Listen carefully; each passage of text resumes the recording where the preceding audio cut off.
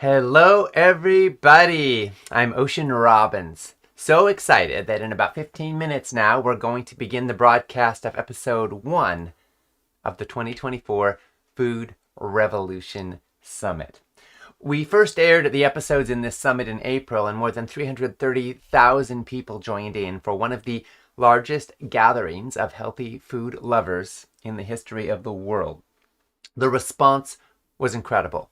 So now we're going to bring it all to you again, along with daily live broadcasts. I'll be on live, as I am right now, before and after each episode of the summit to answer questions, to engage, to share top takeaways. And I am so thrilled to tell you, you are one of now more than 400,000 people who have tuned in and signed up for this summit and who are taking a stand for healthy, ethical, sustainable food for all. So we'll be starting in about 14 minutes, but right now thousands of people are already gathering from all over the world. And I want to take this moment to welcome you and to let you know, if you care about food, if you care about health for yourself or for the people you love, if you want to prevent illness and if you want to thrive in life, you're in the right place. If you're somebody who knows that food is the foundation of health, if you believe an ounce of prevention is worth a pound of cure, if you want the latest medical research and the latest breakthroughs and the latest science, if you are willing to step outside the status quo and to take action on behalf of your own self-interest and your own highest well-being, if you don't want to live your later years dependent on a medical system that is maybe often more focused on profits than on prevention, you're in the right place. We are here together to look at how you can thrive and at how you can be a part of the solution on planet Earth. If you are interested in a smarter immune system, better sleep, more energy, healthier skin, better digestion, or if you're interested in preventing Alzheimer's or cancer or heart disease or type 2 diabetes or obesity or any of the major chronic health challenges of our times, you're in the right place. If you want to optimize your health, if you want to help your family to thrive, if you want to understand how your food choices impact the world around you and how you can be a part of the solution on planet Earth, help build a thriving future for our kids and future generations 3 times every day, you're in the right place. If you want to feel like you belong to something bigger than yourself, if you want to remember that you're not a voice in the wilderness, you're not all alone in trying to be healthy and make healthy, conscious choices, you are in the right spot. We'll be officially starting episode 1 of the Food Revolution Summit in about 12 minutes. And right now, I'm Ocean Robbins, welcoming you here. We've been receiving comments, lots of comments on the broadcast page from folks all over the world. Fadwa said, here from Ohio, USA, looking forward to learning how to do better for my health and longevity. Welcome, Fadwa. Carol said, Big Tobacco got into processed food production after their industry collapsed with awareness of lung cancer caused by tobacco. Now they are destroying everyone's health through toxic seed oils and high fructose corn syrup in all the processed food. This is a travesty. Eat real food, please, and feed real whole food to your children. Carol, thank you for those comments. Folks, we're going to learn a lot more about this today, in fact. We're going to be looking at how the processed food industry is making a killing. And a lot of us are suffering, and our kids are suffering as a result. And we're going to look at the role that the tobacco industry has played in using the same playbook and the same strategies that work with tobacco, getting so many people hooked on cigarettes, and transferring over to the food industry. It's kind of enough to make your blood boil, especially when you think about the health of our kids being at stake. But it's also empowering to know the truth so we can take a stand and don't have to be a victim of a toxic status quo.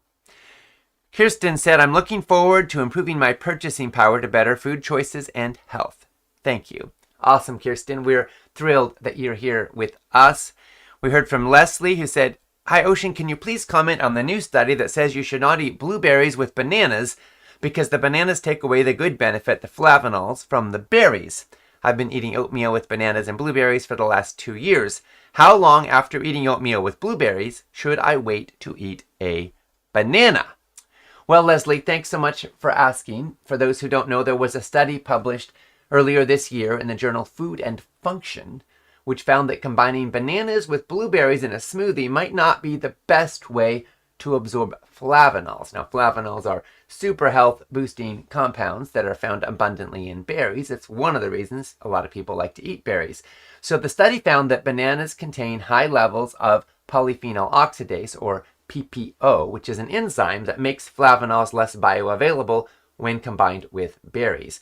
The study found that adding bananas to a berry smoothie could reduce the amount of flavonols in the smoothie by 84%. So let's be clear here. Bananas are great.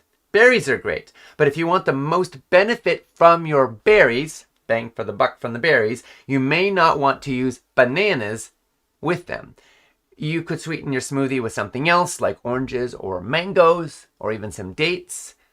Or you could choose to have them in separate spots in other ways, like have your oatmeal in another, with just bananas or just berries, but not both. Keep in mind that like bananas, apples are also high in PPO. So as far as how much time you need between them, well, probably researchers are saying about an hour. But we don't know for sure. This isn't something that's been extensively studied. That's just best guesses. And it's okay to eat berries and bananas in the same smoothie. You just might not get all the benefits. By the way, even if you're losing 84% of the flavonols, you're still getting 16%, which is not nothing, by the way. And there's a lot of other great, wonderful compounds in berries and bananas that you're still getting. So don't make the perfect into the enemy of the good. But if you want to optimize nutrition, separate your bananas from your berries. We've been getting so many wonderful comments, and as we go through this day, please continue to post and engage in the comment section on the broadcast page. Share what you're wanting to get out of this summit, what this means to you in your life, and as we go through the episodes of this summit, please share your top takeaways, your aha moments, your breakthroughs, your questions, and how it lands in your life. If you just joined us, I'm Ocean Robbins, welcoming you here, and we will be beginning episode 1 of the Food Revolution Summit in about 8 minutes. I hope that what you find in this summit heartens you. I hope it inspires you. And I hope that it supports you in bringing your food choices into alignment with what you really want for your life and for your world. People are gathering here from all over the planet, and I want to let you know you're part of something big here, folks. This Food Revolution Summit is telling the truth about how our food choices affect our planet. And you're gathering with folks from all over the world who are willing to eat differently, think differently, live differently than the status quo. And together, we're building a revolution. We're changing the way the world eats. And I hope you can feel the energy building right now, because you're not alone. You're watching this wherever you are in the world, but you're part of a global network of community of folks who are also watching, learning, engaging, and eating in new ways. John said, I've been listening to the Food Revolution Network for the last 4 years. I've had colon and prostate cancer. I've been keeping the cancer at bay with the knowledge I've gained by tuning into you and your wonderful father. I just love you guys. Thanks and God bless to all of you. John, thank you so much for being here. I'm so glad we've been able to be with you for these last 4 years. I'm sorry to hear about your struggles with colon cancer and prostate cancer, and congratulations on keeping the cancer at bay. As we'll learn through this summit, what we eat has such a powerful impact on our body's ability to thrive in every cell and in our ability to prevent and sometimes even to reverse cancer. I'm so glad that you're in this journey with us, and we're so happy you're here. Blessings to you and lots of love to you as well. Hetty said, hello, everyone. An update to say hi. Thank you, Ocean and Dad, from Europe. With love, Hetty. Thank you, Hetty. So glad you are here. You know, folks, there's a lot of problems in the world right now. You don't need me to tell you that. There's so much violence and war and epidemic rates of obesity and type 2 diabetes and cancer and Alzheimer's and climate crisis and so many challenges that we face on this planet. It can be easy to feel overwhelmed. It can be easy sometimes to think that we almost want to go numb, and some of the problems can feel insurmountable, so we don't even want to face them. And a lot of people start to wonder if there's any hope for a healthier and brighter future. Can we really leave a better world for our kids? Well, I'll tell you what, at Food Revolution Network, we say yes. We say there is immense hope. And we say that hope isn't so much a noun as a verb. It's an action that we live from. And when it comes to food, you literally carry the keys to shaping destiny. In this summit, you're going to find out how you can leverage the incredible power of your food choices to really create the life and the world that you want. If you just joined us, we're going to be beginning episode 1 of the Food Revolution Summit in about 4 minutes with an incredible team of speakers. Today's topic is Beyond the Deception, exposing big ag, big food, and big pharma, and reclaiming our path to wellness. We know more about food and health than any population in history, and yet we're sicker than ever. Do you know the real reasons why? In today's episode, we're going to expose the tactics employed by the processed food industry to keep us confused and to keep us hooked on their products.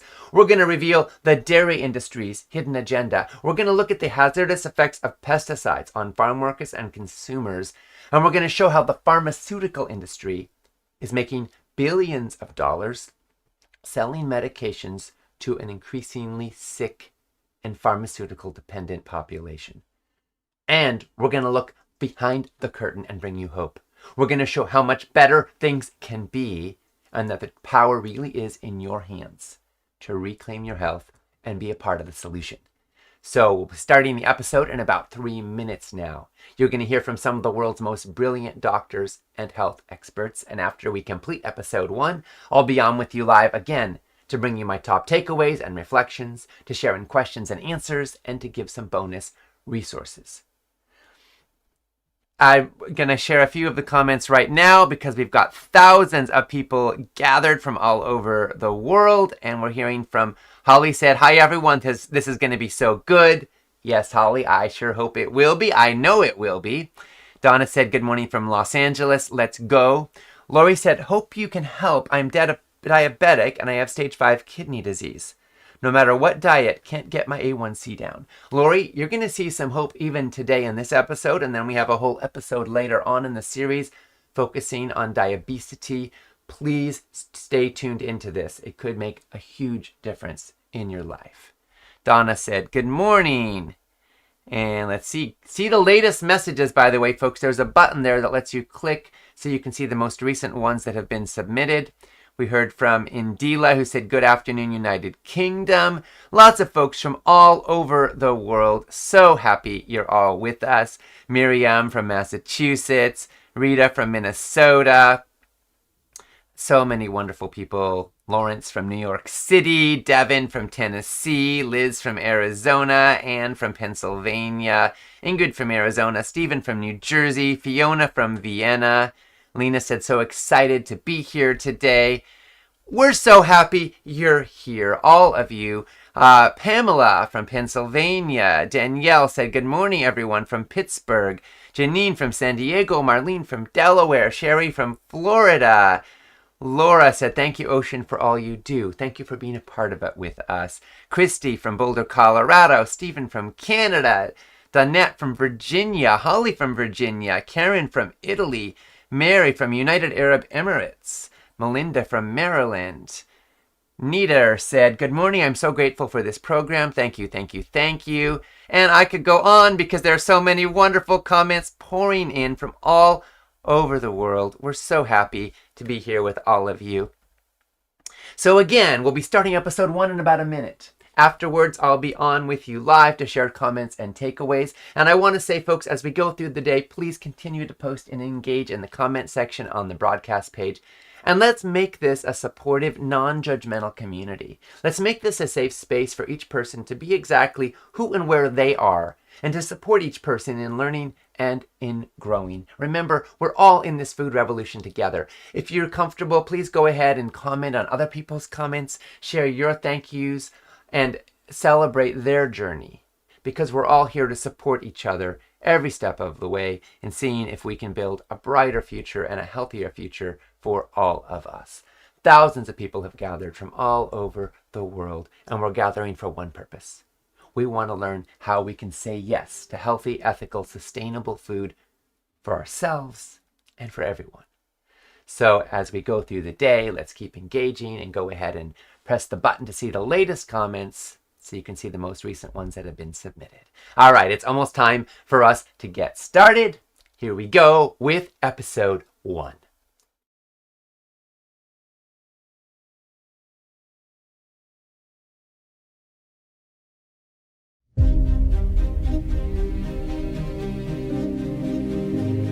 The system is set up to reward kind of profitable intervention. You can ask your doctor when the last time they were taken out to dinner by Big Broccoli. It's probably been a while. Some doctors, some of the key opinion leaders, are being paid by pharmaceutical companies. Doctors aren't taught about nutrition. Only about 5% of medical schools have a solid nutrition class. People want healthy kids. People want a healthy life. People want to grow up and be healthy. Just give me the facts, please. Yeah. This is literally life and death. Now is the time to reverse disease. Now is the time to heal.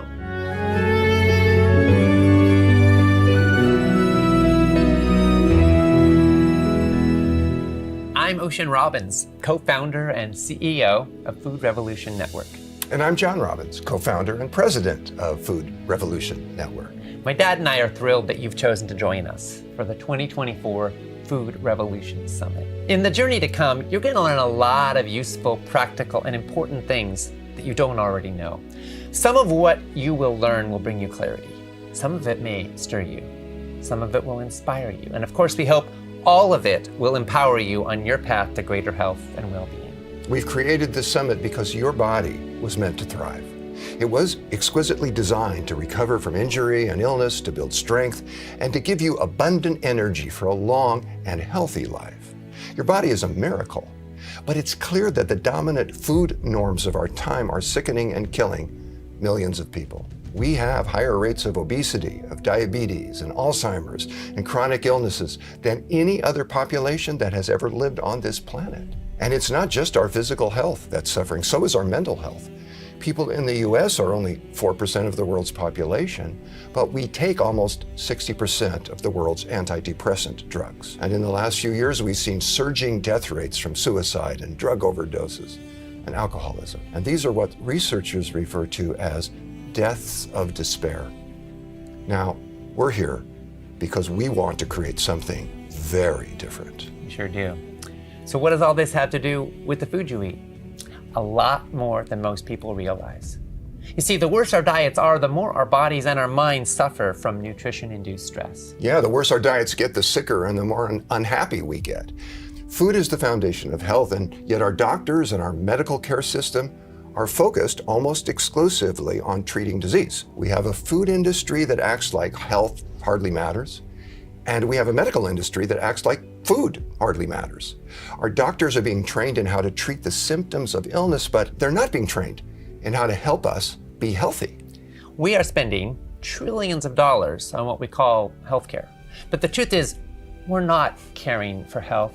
Mostly, we are managing the symptoms of dis-ease. However, there are some brave doctors and health researchers who are challenging the status quo, and they are lighting a path to health and wellness for all of us. In this Summit docuseries, we're going to introduce you to 45 of the world's top food and health experts. These are the researchers, the authors, the medical doctors who are on the front lines of understanding the science and promoting positive change. Our goal here is we want to clear up confusion. We want to empower you with the wisdom that you need to make wise and healthy choices for yourself and for the people that you love.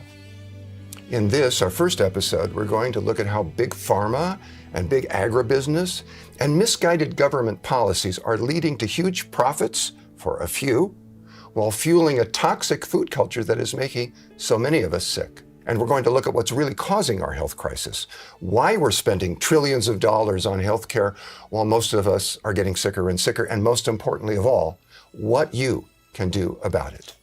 Welcome to the 2024 Food Revolution Summit. It's time for a food revolution. The food revolution is impactful. The food revolution is transformative. Compassion. It's time for a food revolution. The food revolution is life. The future of medicine. Long overdue. It's time. It's time. It is time for a Food revolution. The food revolution is our future. It's power to change the world. And it's available for everyone. It's time for a food revolution.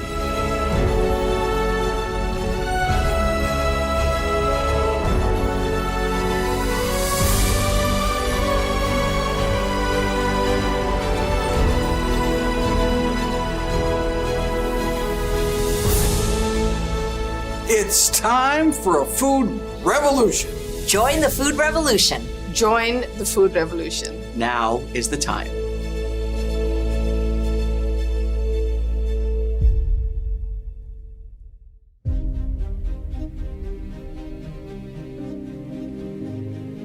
The science is there, and it's just, even if there's no profit motive to get it out, people want healthy kids. People want a healthy life. People want to grow up and be healthy. And so there's this hunger for, just objective, just give me the facts, please. Yeah. This is literally life and death, right? And so if there's anything to base a decision upon evidence, it's the number one reason you and all your loved ones will die, which is diet. It's easy in today's food culture to forget how crucially important our food is to our health and to how we feel about ourselves, to how we look, and to how we function in the world. And while it's certainly true that each of us is unique, one thing that's pretty well universal is that the food we eat really matters. To a great extent, it shapes your destiny. This can be hard to fully grasp when you live in a society where it's considered normal to be overweight, anxious, and depressed, where we think it's normal for half of our elders to have dementia, and for staggering numbers of us to have high blood pressure, type 2 diabetes, heart disease, and so many other serious problems. Chronic disease may be typical, but it doesn't have to be normal. And it also doesn't have to be your fate. When I was a kid, doctors often appeared in cigarette ads and were even seen endorsing specific brands. But the times have changed. Study after study illumined the truth about the health effects of tobacco smoke on the human body. And eventually, the medical profession could no longer ignore the truth. In time, we saw warning labels on tobacco products. And the medical community is now solidly aligned in encouraging people not to smoke. So we've seen that sometimes societal norms can change dramatically as new information becomes available. Yes. Now today, we've got thousands of studies published in peer-reviewed medical journals that are making it clear that the modern industrialized diet is hazardous to our health. In fact, according to a major study published by the Institute of Health Metrics and Evaluation at the University of Washington, the modern diet now causes more deaths than tobacco smoke. The evidence is clear that healthy diet and lifestyle are hands down the best way to prevent and even to reverse most of the major diseases of our times. So naturally, you might think that every doctor would be championing a healthy diet and lifestyle, but sometimes, in this way, it seems more like we're in the 1950s than the 2020s. I often say that a doctor that doesn't know about the healing power of optimal nutrition is like a firefighter who doesn't know anything about water. But doctors are taught next to nothing about nutrition in medical school. My wonderful medical profession is very good at dealing with acute problems. We're good at dealing with the heart attack after the arteries clog and the strokes after the high blood pressure has caused its havoc and the amputations after the diabetes has done its damage. But preventing these conditions, we're just dreadful at it. And we've got the model, it came from Europe back in the 1800s, make a diagnosis and a treatment, and that's what doctors do. Doctors aren't taught about nutrition. Nobody told me that high blood pressure is reversible, that type 2 diabetes is reversible. Right now in the US, 20% of medical schools at most offer any kind of nutrition. And in the vast majority of that 20%, we're talking about 2 hours over the span of years. Only about 5% of medical schools have a solid nutrition class. Mm-hmm. But I think it's really vital to get doctors on board about the healing power of food. In the healthcare system, I taught at a medical school, taught nutrition in a medical school for 10 years, and it was a real introduction to the way the healthcare system works in practice. Mm-hmm. And doctors are trained to treat disease. Prevention barely enters into it.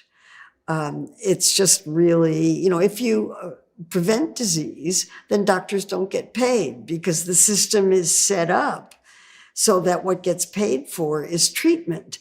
And so the entire system is organized to reward doctors, hospitals, and healthcare enterprise, for-profit healthcare enterprises, and without thinking about public health.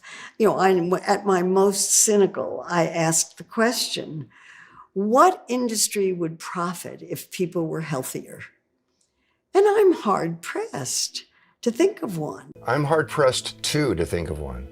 I used to think that the health insurance industry would be one because healthy people pay premiums but make fewer, if any, claims. And that sounds logical.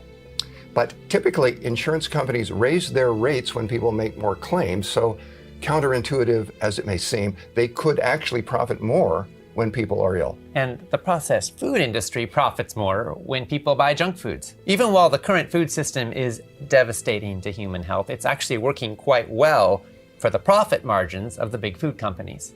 And it's also working just fine for the profits of the pharmaceutical companies who sell drugs to treat the symptoms and diseases caused by our unhealthy diets. In 2022, 5 US drug companies made $80 billion in profits, even while millions of Americans couldn't afford to pay for their medications.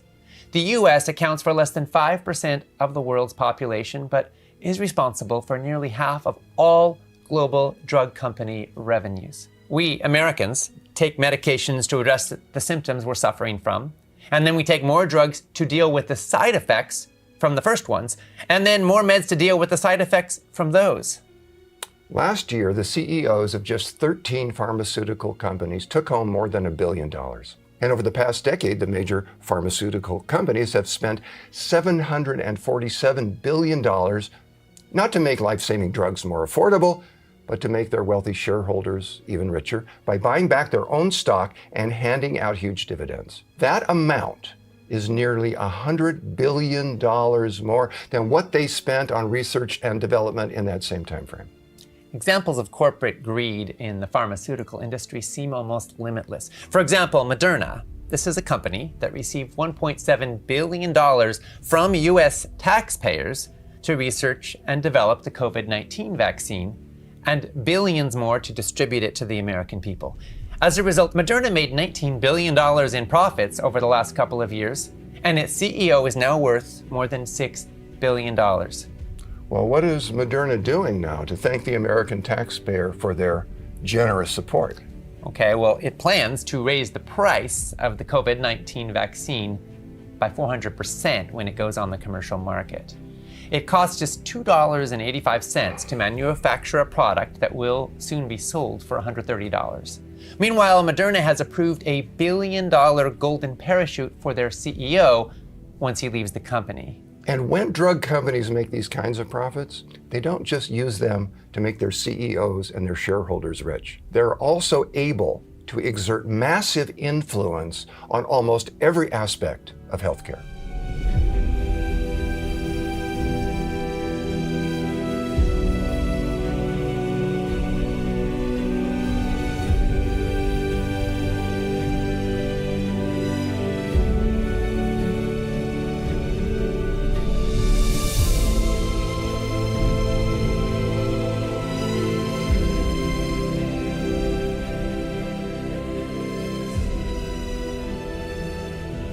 Big Pharma really means the largest pharmaceutical companies, and they're really affecting how medicine is practiced, but really they're affecting medical information. They're affecting the knowledge that physicians and other healthcare providers have, and they're also affecting the knowledge that consumers have. So some of our very ideas about disease and what constitutes a disease have really been created or influenced by pharma.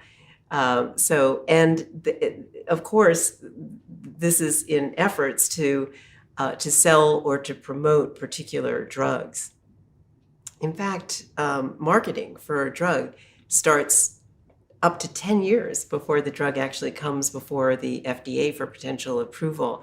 And because it's illegal to market a drug before it's on the market, what companies do is they market a disease.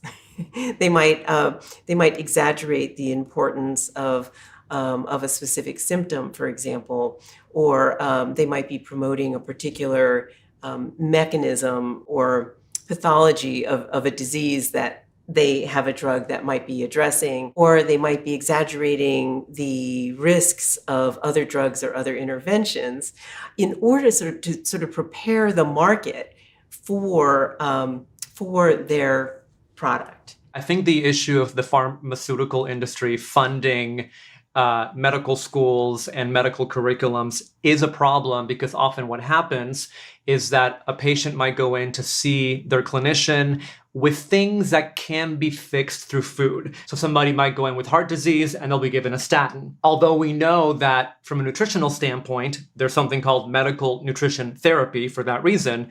You can manage heart disease, you can lower cholesterol, you can lower triglycerides, you can even lower blood pressure simply by changing your diet. But most doctors, A, are not aware of this, so they prescribe medication. The other problem is that most doctors, because they're not aware of the medicinal effect of food, may not even think to refer that patient to a dietitian for nutrition counseling. And so then what we have are people taking medications, but of course medications have side effects. It's a very high profit business. Pharmaceutical companies will say that they're spending a lot of money on research, but really they're spending more money on marketing drugs than they are on research. And when you think about when you think about sort of assessing drugs, that if you have the best drug for a condition, that's not going to be a secret. Doctors are going to talk about it at medical meetings. You don't need to sell a drug if it's really effective. Some doctors, some of the key opinion leaders are being paid by pharmaceutical companies. Others are just, they might be being visited by drug reps, by pharmaceutical sales representatives who are carrying information about their drug, but they're also buying lunch for the office.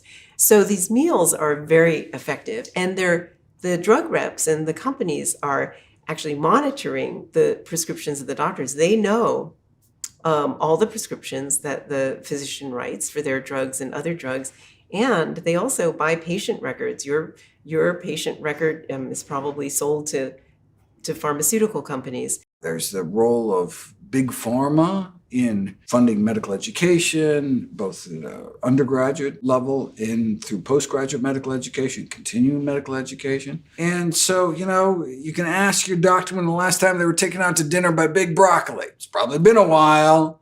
It's just the system is set up to reward kind of profitable intervention. If you can find a way that a type of care, treatment would foster huge profits, it would be the standard practice of medicine overnight. Even though there are many studies showing that changing your diet, exercising more can really help with type 2 diabetes, there's been a lot of emphasis on drugs. But even for people who do require drugs for type 2 diabetes, of course, diet and exercise can really reduce the needed doses for drugs. And in many cases, it can substitute for drugs. But why isn't that done on a regular basis? Because the money's not there. Mm-hmm. The money's not there. The profit margin isn't there. The business of business is business. But our business is health. Our business is wellness. Exactly. Our business is wellness. And it's amazing what can be accomplished with optimal nutrition. It really is amazing. Recently, 8 people with diabetes gathered together to see what would happen if, for 10 days, they stopped taking the multiple drug regimens they'd been prescribed and instead started eating a healthy, whole foods, plant-based diet. This 10-day immersion was filmed and wound up being shared in the feature-length documentary, From Food to Freedom. All of these folks had diabetes, and many had other serious health problems as well. I was diagnosed with diabetes and high blood pressure and high cholesterol. And because I had a stroke, I'm still on some blood thinning medications. My name's Dennis Haddock. I'm from a small town in Arkansas called Mena. I grew up in a household where my father worked in a pork processing plant. So we had pork 6 days a week. And I've been a meat eater ever since. And I've been slowly moving away from that, but it wasn't until I walked into the door here that I stopped eating meat. You look like your photo. My doctor said, well, we should get you on some diabetes medication. I said, okay, hey, that's gonna work, fine, give me the pill. So I added the pill, but it wasn't like I made any substantial lifestyle changes. 3 or 4 years later, I have a different doctor, and he said, this oral stuff is not working for you. I'm going to put you on Traceba. And now I'm in this downward cycle. All of a sudden it's, okay, 35 units, 40 units, 45 units. Now I'm up to 54 units on a daily basis. And I figured, okay, well, I'm not feeling all that well. And I figured if I can move on and get into a plant-based diet, my health will improve, generally speaking. Not just getting rid of the diabetes medications, but the overall health will improve. And that's why I'm here. These folks came together to see what eating a whole foods plant-based diet for 10 days could do for them. Now, you or I might think that it would be common sense for lifestyle modifications, such as optimal nutrition, to be the first thing to try when someone has an illness like diabetes or high blood pressure. That might seem like common sense to a lot of us, but it is most definitely not how the drug companies see it. I've said that that pharmaceutical companies, they can affect concepts of disease and they can oppose or put out messages that are disadvantageous to competitors. Well, diet and exercise are competitors as well.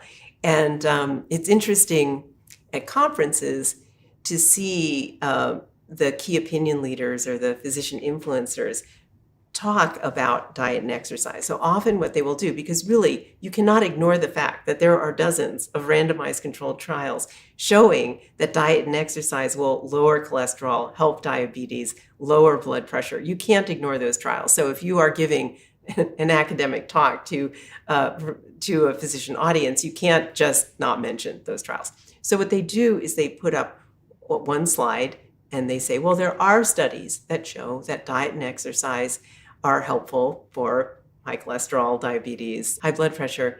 And then they look at the audience and they say, but as we know, our patients won't do that. And then they move on to the drugs. So rather than actually encouraging physicians to talk to their patients about diet, to talk to their patients about exercise, or have tricks and strategies and tactics to actually help their patients exercise or help their patients change their diet, they just go straight to the drugs. As part of the Food to Freedom immersion program, participants together watched an ad for Trulicity, a common diabetes drug that is in the same family as is and similar to Ozempic and the other diabetes and weight loss drugs that have become so popular today. The ad presents taking these drugs as a form of patient empowerment. I have the power to lower my A1C. Because I can still make my own insulin, and Trulicity activates my body to release it. Once weekly Trulicity is for type 2 diabetes. Most people taking it reached an A1C under 7%. Trulicity may also help you lose up to 10 pounds and lower your risk of cardiovascular events, whether you know you're at risk or not. Trulicity isn't for people with type 1 diabetes. It's not approved for use in children. Don't take Trulicity if you're allergic to it, you or your family have medullary thyroid cancer, or have multiple endocrine neoplasia syndrome type 2. Stop Trulicity and call your doctor right away if you have an allergic reaction, a lump or swelling in your neck, severe stomach pain, changes in vision, or diabetic retinopathy. Serious side effects may include pancreatitis. Taking Trulicity with sulfonylurea or insulin raises low blood sugar risk. Side effects include nausea, vomiting, and diarrhea, which can lead to dehydration and may worsen kidney problems. I have it within me to lower my A1C. Ask your doctor about once weekly Trulicity. Vignesh, you look like you're deep in thought here. Like you said, I was very deep in thought. Just even to calm down, because I could feel my heart already racing. Because what they promote throughout their whole ad is a sense of hope for people with chronic disease. A sense that they can live an ordinary life, a life free of diabetes. But the way they approach it is in a very perverse way. I think, they just really try to pull the wool over people's eyes and make it look like, you're just going to live a happy, healthy life. Where in fact, the disease is going to get worse, the diabetes is going to get worse. It's money driven. They want to keep making money. And if you have no hope, then you're going to keep well, I'm gonna try this, hopefully I'll feel better. But in the realm of thing, you don't feel better. You're just lingering, for a better word. And Trulicity is expensive. I had to choose between taking Trulicity and going to a sleep doctor. And because of the cost of Trulicity, the cost of insulin, there were times that I went to a food pantry and got vegetables and stuff. Every now and then. It wasn't all the time, but I have. What would you tell people who are watching this commercial? What would I say to someone watching this advertisement? I have no judgment for you. I truly empathize with the struggles you have had in your life that have led you to seeking hope in such a terrible way. What I'm about to offer you is not for everyone. There are people who can't handle it. Changing your habits, changing your mindset is not an easy thing to do. And if you feel like you can't handle it, then feel free, take your pill. Just know your life will never be your own. If you value your free will, if you value what's been given to you, all you have to do is eat your vegetables. In a little while, we'll come back to see how these immersion participants fared when they took 10 days off to eat a healthy diet. I'm rooting for them to do well. And you may be also, but I doubt that the drug companies share that aspiration. You see, there's no money in healthy people, and there's no money in dead people. The money is in the middle. People who are alive, sort of, but with one or more chronic conditions. Someone has to stand up and say that the answer isn't another pill. The answer is spinach. Of course, the pharmaceutical industry is not the only powerful lobby profiting from a system that's making so many people sick. There are also other established interests that are committed to keeping you hooked as a customer, regardless of whether their products are helping or harming you. There are lobbies for everything. I mean, there are lobbies for chocolate and lobbies for berries and lobbies for everything. But when you look at all the food lobbies, one of the most active, busy, aggressive, well-funded is the dairy industry. And they have really exploited what the law allows them to do. There is a law in the United States that says that the Department of Agriculture has to promote American agricultural products. So that means that when the dietary guidelines for Americans are promulgated and the Department of Agriculture is involved in creating them, they're going to say, have 3 glasses of milk every day. That's not science. That's promotion. And so then they will put posters into schools telling kids that this is what they should be doing. And so we all kind of grow up thinking, well, this is truth, but it's really just part of the promotional process. The school meal program is based on USDA policies and regulations. And, still the USDA considers dairy its own separate food group. That is completely because of dairy industry lobbying. Because if you look at the nutrition science behind it, you can have a perfectly balanced, perfectly healthy diet that completely omits dairy. There is nothing in dairy that you cannot get in other foods. But because the school lunch program is impacted by USDA policies, it is mandated that every school lunch must always have a dairy component.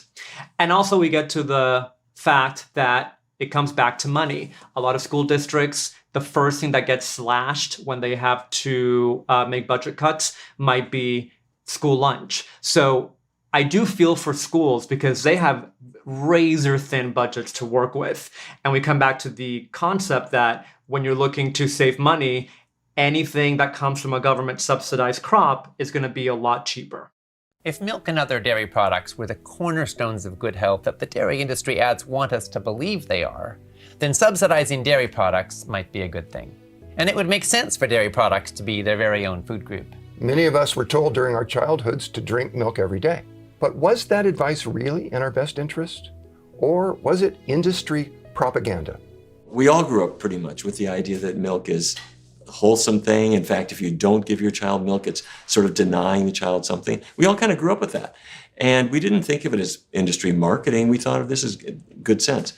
But you take that glass of milk and you send it to a laboratory.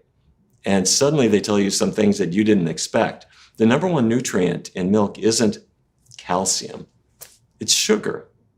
lactose sugar. Lactose is not digestible to a lot of people. It's digestible when you're a nursing baby because you have lactase enzymes that can digest that milk sugar.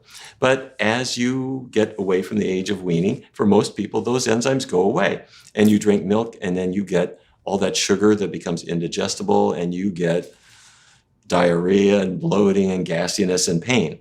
Now, for most white people, there is a genetic mutation that has caused that lactase enzyme to persist.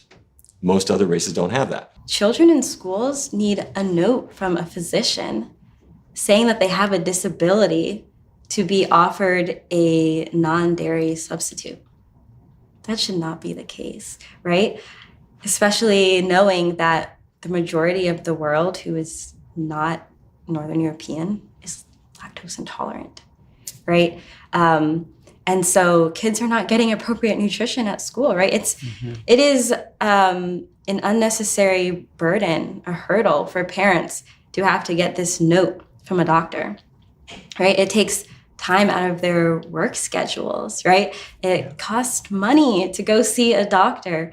That shouldn't be a barrier for a child to be able to have a beverage they can digest. A beverage that that their body doesn't react to in a way that makes them feel sick. Right? The way that schools are set up right now, there's a federal law that prevents the promotion of anything else but milk in schools.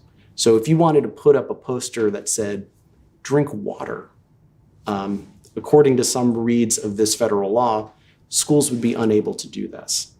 So this law protects the promotion of dairy within the school, and it's a really kind of blatant example of just a protectionist subsidy on the dairy industry. Not even talking about plant-based sources of milk or anything else like that. Not only are schools forced to serve dairy milk, and there are very narrow exceptions of the way kids can access non-dairy alternatives, but promoting anything else but dairy milk in schools is prohibited under a federal law. Dairy products are quite popular in Sweden, and one study followed 60,000 Swedish women over 13 years. The researchers found that those women with the highest dairy consumption had twice the risk of ovarian cancer compared with those who consumed the least dairy products. And other studies have come to similar conclusions. And one has concluded that women who drink 1 or more glasses of whole milk a day are at least 3 times more likely to develop ovarian cancer. Heavily promoting cow's milk to children is particularly absurd when you take into account the fact that the vast majority of the human race stops producing lactase, which is the enzyme required to digest milk, after infancy. As we've heard, only people of Northern European descent typically retain the ability to produce lactase and can drink milk throughout their lives. Most people of African or Asian or indigenous descent do not retain this ability and are therefore what is called lactose intolerant. Now, some people say that when the U.S. dietary guidelines ignore the biological reality of lactose intolerance, this amounts to an example of dietary racism. But whether these policies are the result of racism or just another case of greed run totally amok, the result is not a positive for anyone, and particularly not for people of color. So we see this disproportionately, mostly inside of individuals of color, but we're seeing this across the board, that this lactose intolerance that's there. I think the concern is the fact that it's widely mandated in some instances, right? And in other instances, promoted as if it's the answer for everyone, when the large portion of the world is intolerant of dairy. It's a major issue as it relates to why, when we look at a domino effect, that if as a child, if I'm unable to digest my milk and they say I need to drink milk, what's going to happen when my stomach is disrupted? When now I may have allergies that exacerbates asthma, and I live in environments in which there's pollution and noise. I'm not sleeping well. Now I can't pay attention in school. And I have this combination of effects that happen. What's my academic achievement going to be like? What's my level of engagement going to be like? And there are a lot of kids nowadays who are speaking out against that. In fact, there was a case in Los Angeles where a young woman, Marielle Williamson, said, I want to have information about this. I want to talk about the downside of dairy. So if a school says, well, I want to put water in the line first, or I want to have almond milk next to it, not allowed. So Marielle was told by her school, You can't be saying bad things about milk. That's against the law. She said, wait a minute, this is America. There's a First Amendment. What Dr. Barnard is referring to is this. In 2023, the LA Unified School District was forced to settle a lawsuit. What prompted the lawsuit was that Marielle Williamson, at the time a senior at Eagle Rock High School, had been told by her school that she could not share information about plant-based milk or be critical in any way of the dairy industry in the school cafeteria unless she provided pro-dairy content as well. The settlement was a win for free speech advocates and for critics of dairy in schools who have been silenced by the threat of legal consequences if there was even a perceived criticism of dairy products. This settlement was certainly a step in the right direction, but the battle is far from over. Thanks to the dairy lobby, we still have a federal law saying that any school participating in the USDA's school lunch program, quote, shall not directly or indirectly restrict the sale or marketing of fluid milk products by the school or by a person approved by the school at any time or any place. End quote. The USDA has interpreted that statutory language to mean that cafeteria displays, teachers, and students may not present information that might detract from dairy milk sales. I find it staggering that even water may not be offered on the lunch line in a way that might lessen the amount of cow's milk that students consume. And that still today, by law, cow's milk must be offered at every school breakfast and lunch served under the National School Breakfast and Lunch programs. Marketing for dairy is all over the place, including in our schools. But many of us should not be ingesting cow's milk for the same reason that if a human being needed a blood transfusion, you wouldn't give them the blood of a cow. It's not made for our bodies. Cow's milk is designed for another purpose, to help baby calves gain about 1,000 pounds in their first year. But the industry keeps pushing for policies that lead to more and more consumption of milk and ice cream and cheese. Through the Freedom of Information Act, we found that the dairy industry signs contracts with the US government to include specifically cheese, more cheese in fast food restaurants. Now, why would they do that?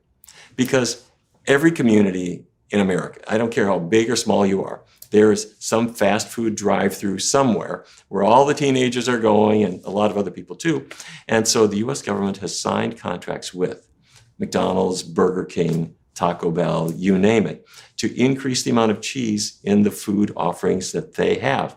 And we've read these contracts, we've got our hands on them, and it is all perfectly legal. The unfortunate part is it means that the amount of cheese that people are eating in America went up from less than 4 pounds per person per year when the USDA started keeping track to today about 40 pounds per person per year. And that's maybe another 70 or 80,000 calories we're getting every year that we just don't need.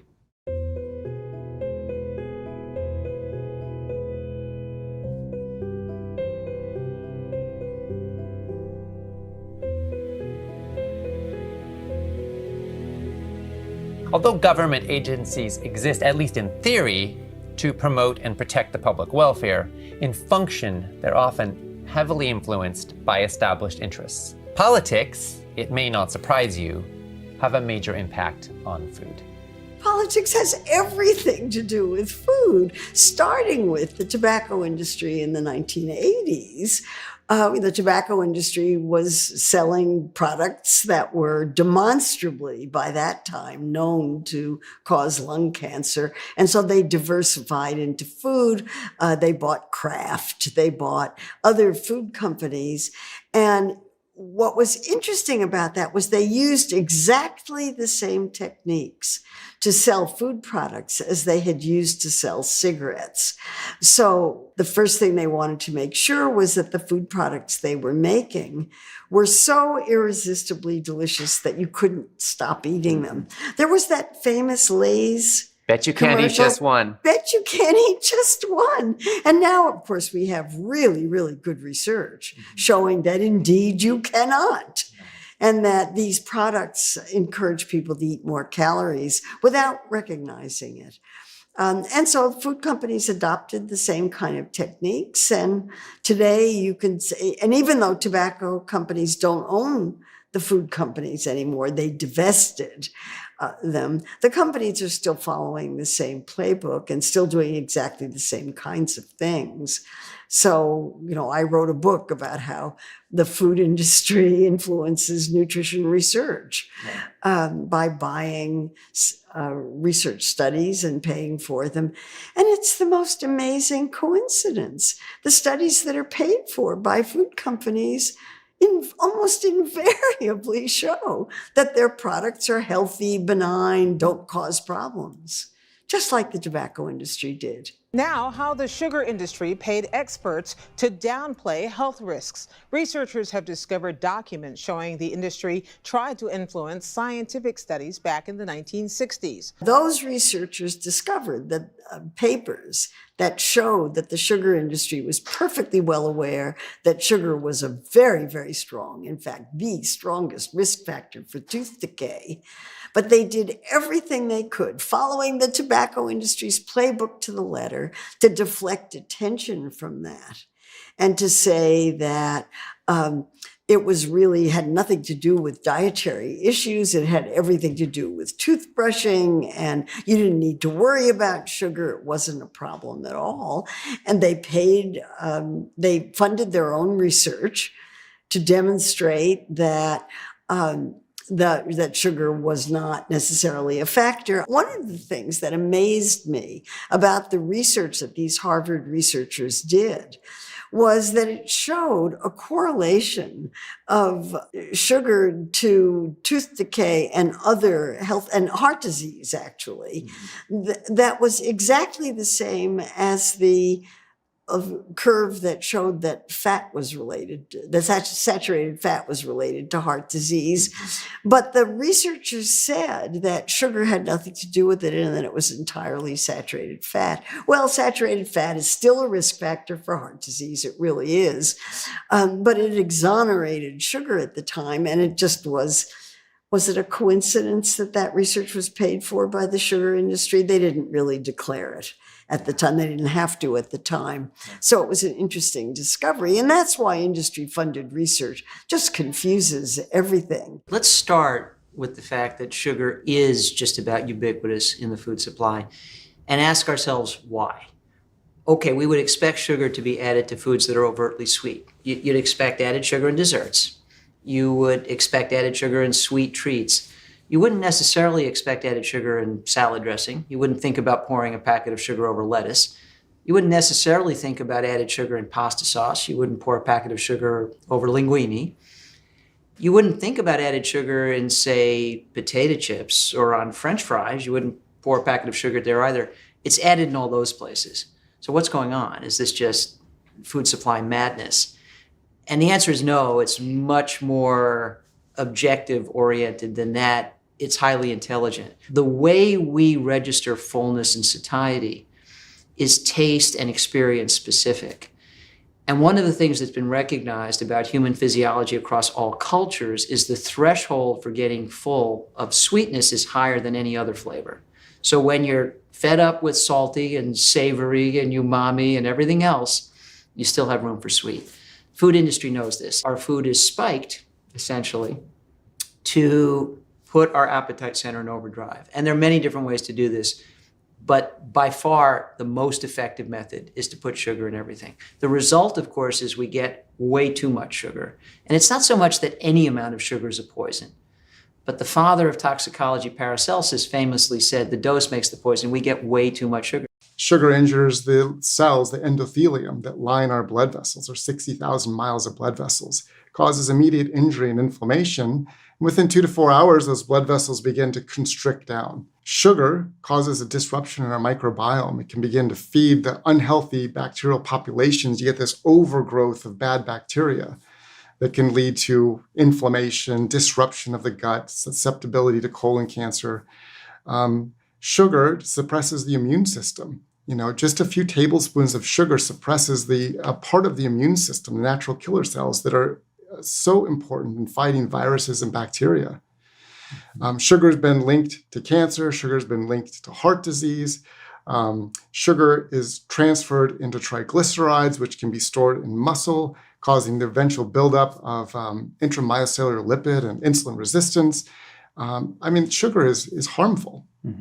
And yet it's in everything that we eat today. In about 1900, the average person ate 5 pounds of sugar per person per year. And today we're close to 140 pounds of sugar and sweeteners in our food. If the average person is eating 140 pounds of sugar every year, if that's the average, then half of our people are eating more than that.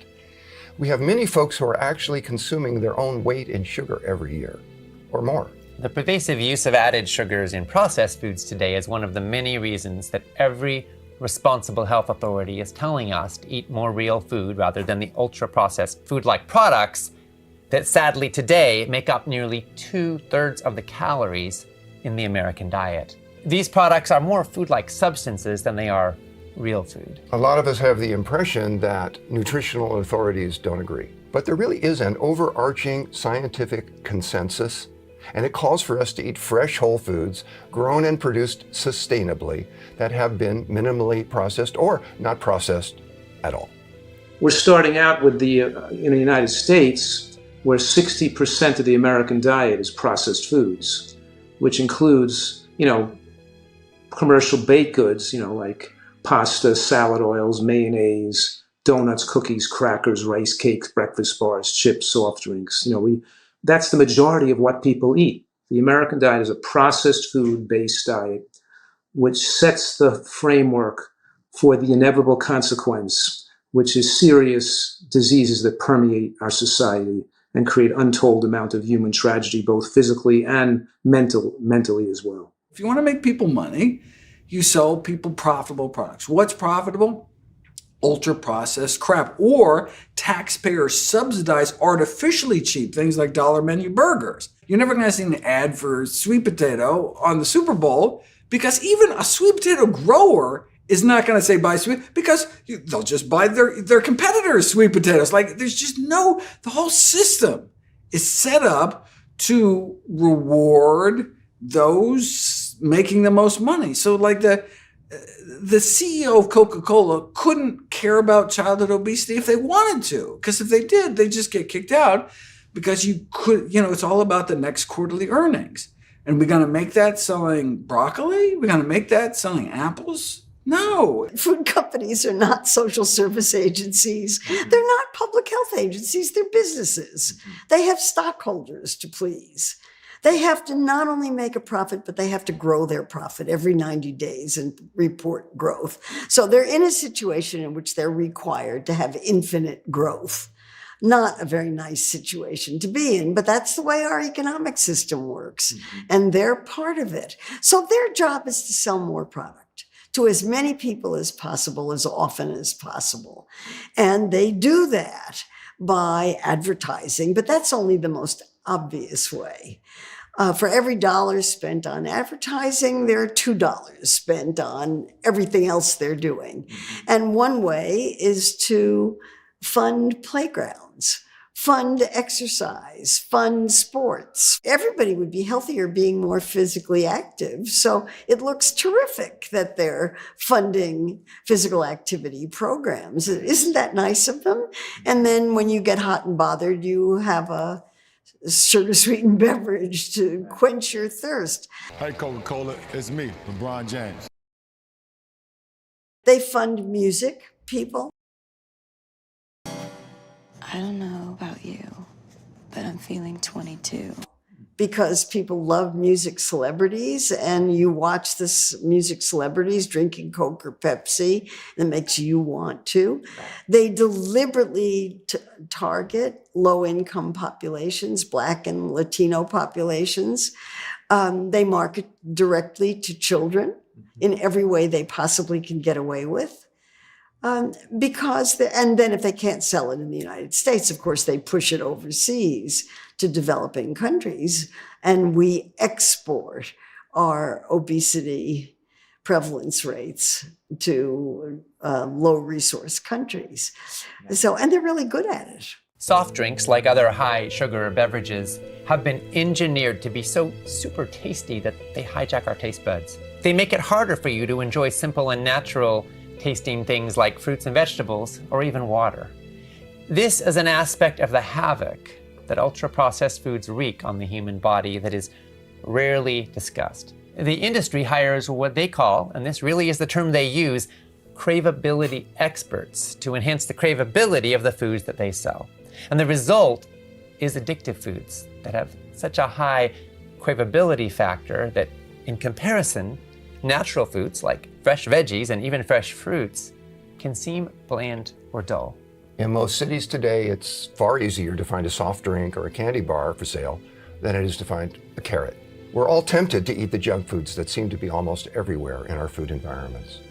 But it's the people who are the most time-stressed and the most financially stressed who are the most likely to buy foods that are convenient and cheap, even when they know that those foods will lead to long-term health problems. The junk food industry knows all about this, which is why it deliberately targets minority communities. Last year, fully 90% of all the food ads that targeted Black and Hispanic communities were pushing fast food, candy, sugary drinks, and unhealthy snacks. Black and Hispanic kids see 75% more fast food ads than the general population of kids.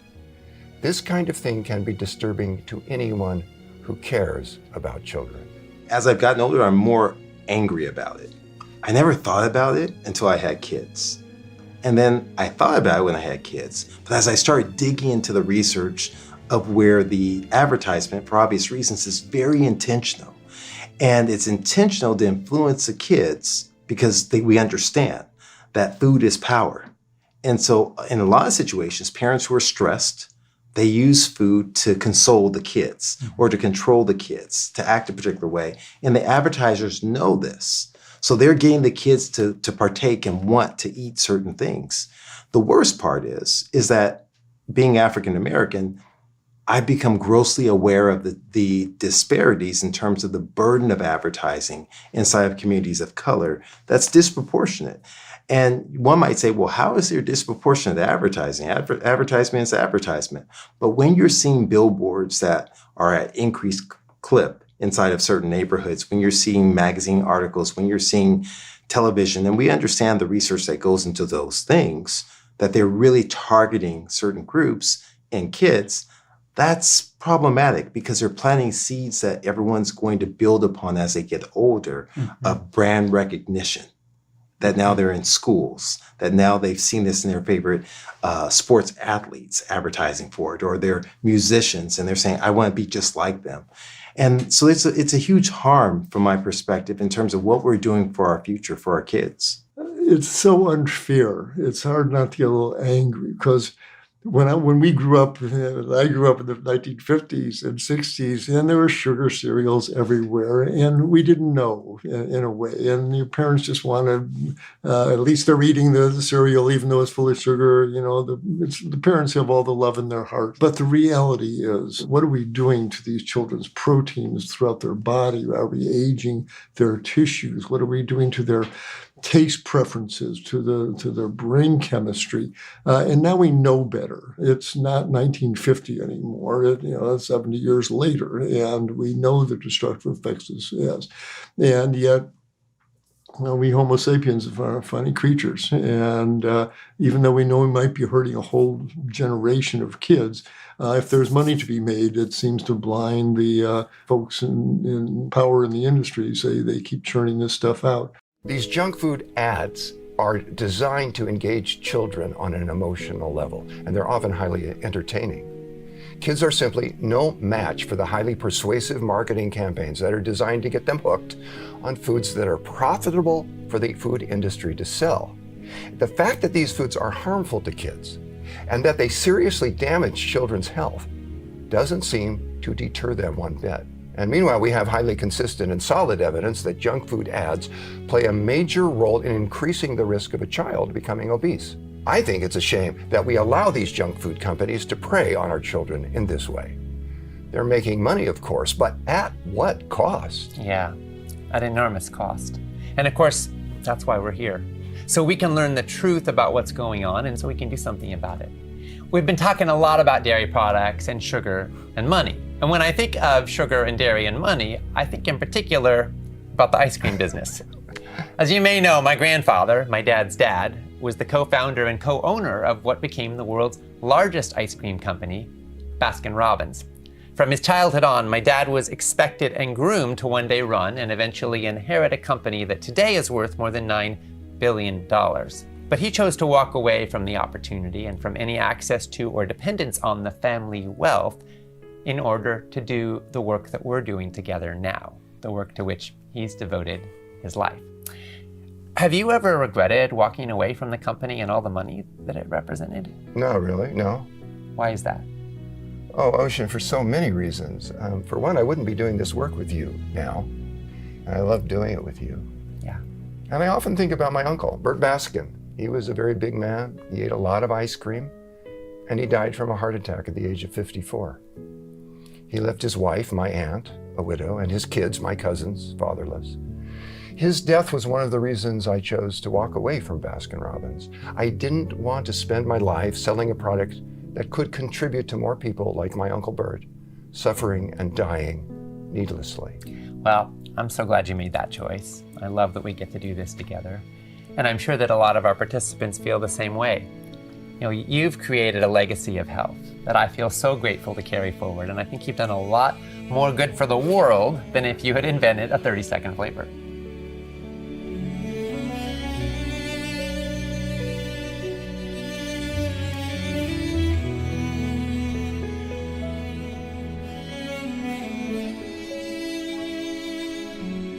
Rachel Carson's 1962 book, Silent Spring, changed the world.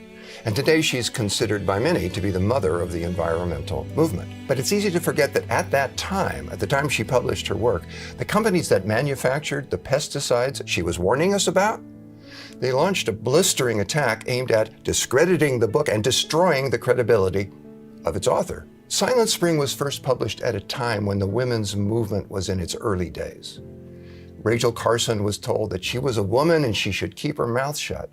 She was called a whore and a slut and even uglier things that I will not repeat. Time magazine, dependent on ad revenues, fell for this anti-Rachel Carson campaign and called her book hysterical. The pesticide industry actually took out ads asking, "Isn't it just like a woman to panic at the sight of the chemicals we need to grow our food?" I don't know why the agrochemical industry seems to find it particularly galling when a woman effectively opposes their agenda. But there does seem to be kind of a pattern, because today one of the leading voices in our world challenging the pesticide industry is another woman, Vandana Shiva. As with Rachel Carson, a lot of the attacks on Vandana Shiva have targeted her as a woman. But Vandana has persevered in seeking to expose the harm done to all of life by these toxic chemicals. In particular, she tells of the damage that pesticide residues do to our precious microbiomes and to our health. The data is so clear, 5% of the cancers are genetic. 95% come from the environment, particularly the toxics in the environment and toxics in our food, the pesticides in our food. And if you look at where the research is going, it's always all about genetic cure for a disease that is not primarily genetic. You know, it's a disease of toxics in our environment. Cancers is just one. But all the poisons we are using on our food are then being eaten by us. They're being ingested by us. And now science is waking up to the fact that we are actually 90% microbes. We are, you know, our human cells are a minority in our body. We are kept healthy and alive by other species and other beings, especially the microbes. And the 100 trillion microbes in our gut are killed when these toxins go there.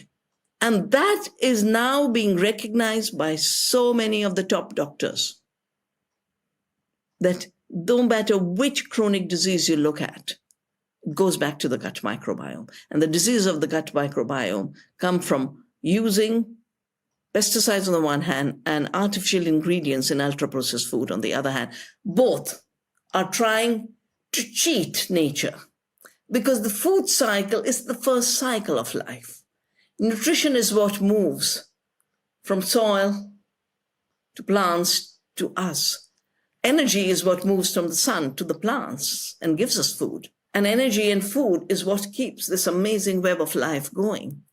And we are being made to believe that you can substitute this amazing creative force of the wholesomeness of real food with toxics, and it will not have a consequence. Well, I'm enormously concerned about pesticides and astonished by how little we know about them and how little attention they get. We all have them in our bodies. Children have them. How serious are they? Why isn't everybody studying this? And I think there's enormous industry opposition to these kinds of studies, enormous industry minimization of potential harm. You know, there have been individual studies showing us that a particular level of exposure to a particular pesticide can lead to cancer, can lead to infertility, can lead to a whole series of other very grave illnesses. But what we don't know is the aggregate effect of all these pesticides and other synthetic chemicals that we're encountering. I mean, it's an absolutely shocking fact that 80% of the synthetic chemicals which are being released into the world have not been tested for their environmental or their human health impacts. I mean, it's such a massive failure of governance that. I mean, that sort of stands almost, you can almost see it written on the sort of tombstone of humanity. We didn't test these chemicals before we released them. And so we've got very little idea of how most of them operate on the human body. You know, we know from some very tragic cases that some of them are extremely dangerous to human beings. But what we have much less idea of is what the cumulative low-level exposure to a cocktail of these toxins is. And one of the things we're seeing is a very rapid drop-off in fertility. People having much more difficulty conceiving children. Male sperm counts right down, female fertility right down. And we don't know exactly what's causing that, but the synthetic chemicals are a very strong candidate. In fact, they seem to be the most likely explanation for this very frightening trend, where we're heading towards a point at which very few people can have children because of the toxic load. And again, there's this sense that we're just going at it blind. You know, we're steaming into this situation without the knowledge we need to understand what the implications are. Pesticide companies like to spread the belief that organic food is an elitist luxury. And while it is an unfortunate reality today that healthy and organic food often costs more, I don't think organic food is at all elitist. What I do think is elitist is our perverse agricultural system that makes foods grown with poisons and agricultural practices that degrade our topsoil and suck our aquifers dry the cheapest to buy. What we need to ask is, why is the cost of organic food as high as it is? Part of the answer is that we've been subsidizing a model of industrial agriculture that's based on the use of agrochemicals. If we were instead to invest in organic agriculture and to practice true cost accounting that factored environmental impact into the price of the foods, then healthy and organic food would be far more affordable and far more accessible to everybody. And the benefits would just ripple out from there. Farm workers would not be working in poisoned fields. Our soils and rivers and air would be far less polluted. Our land would remain fertile and could continue to feed us. Small farmers could make a decent living, and the people who pick the fruits and vegetables that are the foundations of a healthy diet would not be getting cancer and dying in their 40s. Several lawsuits have been filed against the Environmental Protection Agency on behalf of farm workers who are exposed to dangerous pesticides as they harvest fruits and vegetables. They're, human beings, and these pesticides are dangerous chemicals that are meant to kill. And the chemical doesn't make any difference killing a pest or killing someone or harming an individual. The use of pesticides in agriculture mainly concerns me from a food justice standpoint, in the sense that I really worry about the workers who are the ones who are exposed to these chemicals. My main concern is for the communities that are living in the area, the farmers who are the ones exposed to the chemicals, because all these pesticides end up accumulating in the land, in the water, So from an environmental and social justice standpoint, that does concern me. And that's another example where industry has a huge say. We have a lot of industry dollars at stake that don't want pesticides to be banned or utilized less. And they're often the ones lobbying in government. I'm absolutely a strong supporter of organic farming practices and regenerative organic agriculture. We're talking about the beneficial effect it has on people, not just the people that consume the food, but the people that are actually doing the farming. Because the biggest exposure to damage and increased risk of cancer is people that have to farm using chemical pesticides themselves. And also the fact that they're destroying insects like bees and things in the earth. We're not getting the bacteria, the fungi, the insects that all add to the symbiotic relationship we have with nature. So absolutely, that's critically important. We're talking about living in a more mindful way. And the question is, when you eat food, we're having gratitude for the miraculous structure and wonder of food, which heals our, which fuels our immune function and enables our body to be disease resistant. And there's probably 1,000 nutrients in a strawberry, not just 10. There's 1,000 nutrients in there, half of them we haven't discovered yet. And our body interacts with those nutrients in a very deep and profound way. For example, the ergothioneine in mushrooms. Who knew that there's a receptor on the cell wall for ergothioneine that stabilizes the cell nucleus when we're exposed to these compounds found in mushrooms? And the whole thing is ridiculously impressive. You know what I mean? It's just like beautiful, the way we have this relationship with food. But at the same time, we're appreciating the food, how good it tastes, its wondrous qualities to heal us and protect us when we eat real organic food.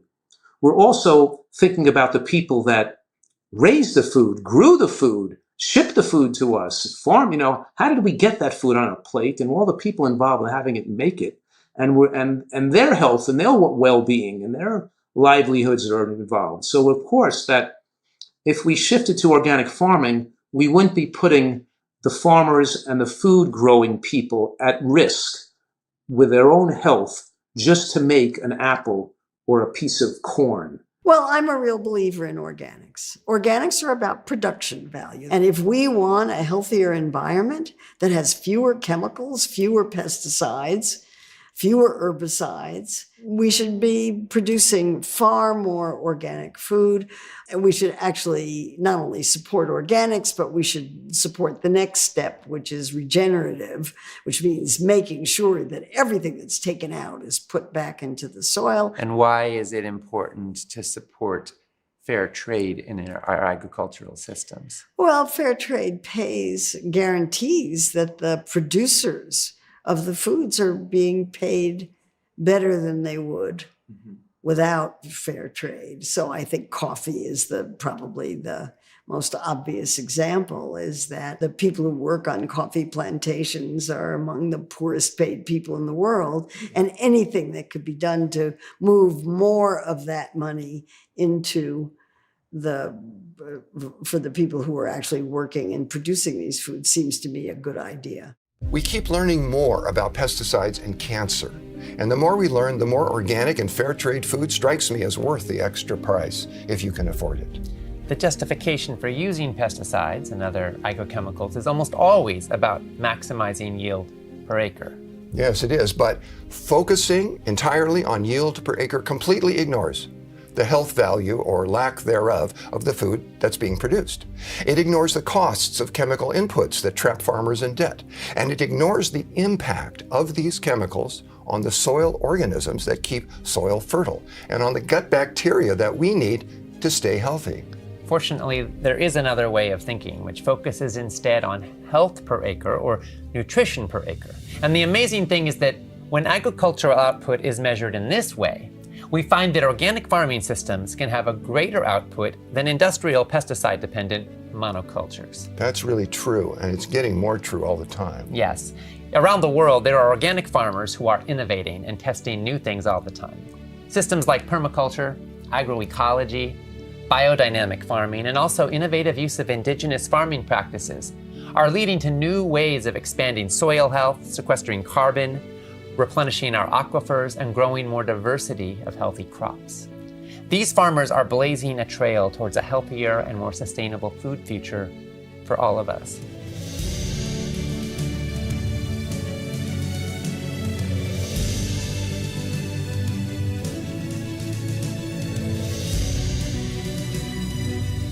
In the United States, we've got a Department of Agriculture that's encouraging all of us to eat more fruits and vegetables. That's good.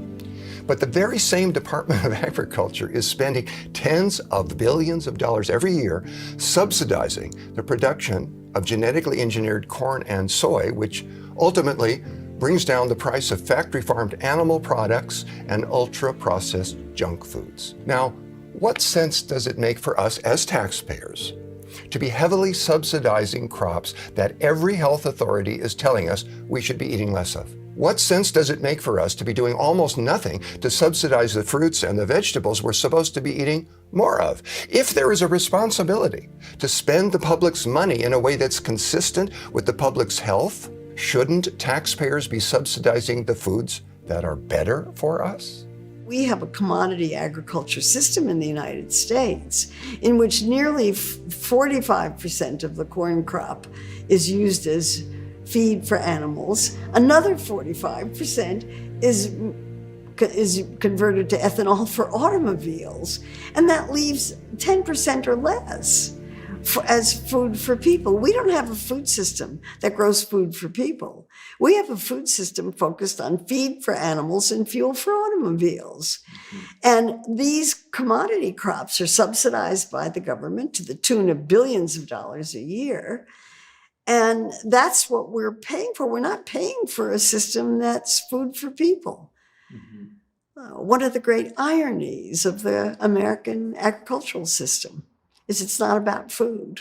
The other thing it messes up is the price of foods, because if corn and soybeans are subsidized, then they become very low-cost ingredients that the makers of ultra-processed foods can buy at very low cost, put into these ultra-processed food products that encourage people to eat so much, leave them on the shelf for enormous periods of time, and sell them at enormous profit.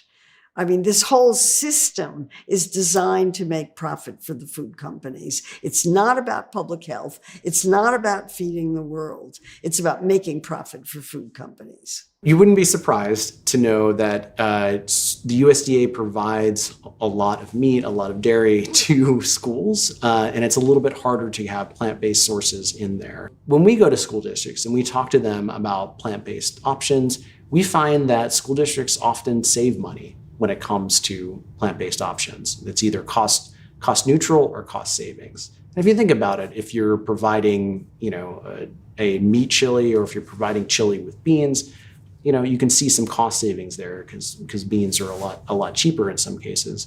But that is also distorted by subsidies that make it cheaper for meat and dairy to be purchased by schools and not other sources of protein and other foods. One of the reasons why people can afford to buy meat is that the feed for animals is subsidized by the government. 45% of the corn crop is feed for animals, subsidized, which means that the cost of feeding animals is much lower than it would be if the real costs were involved.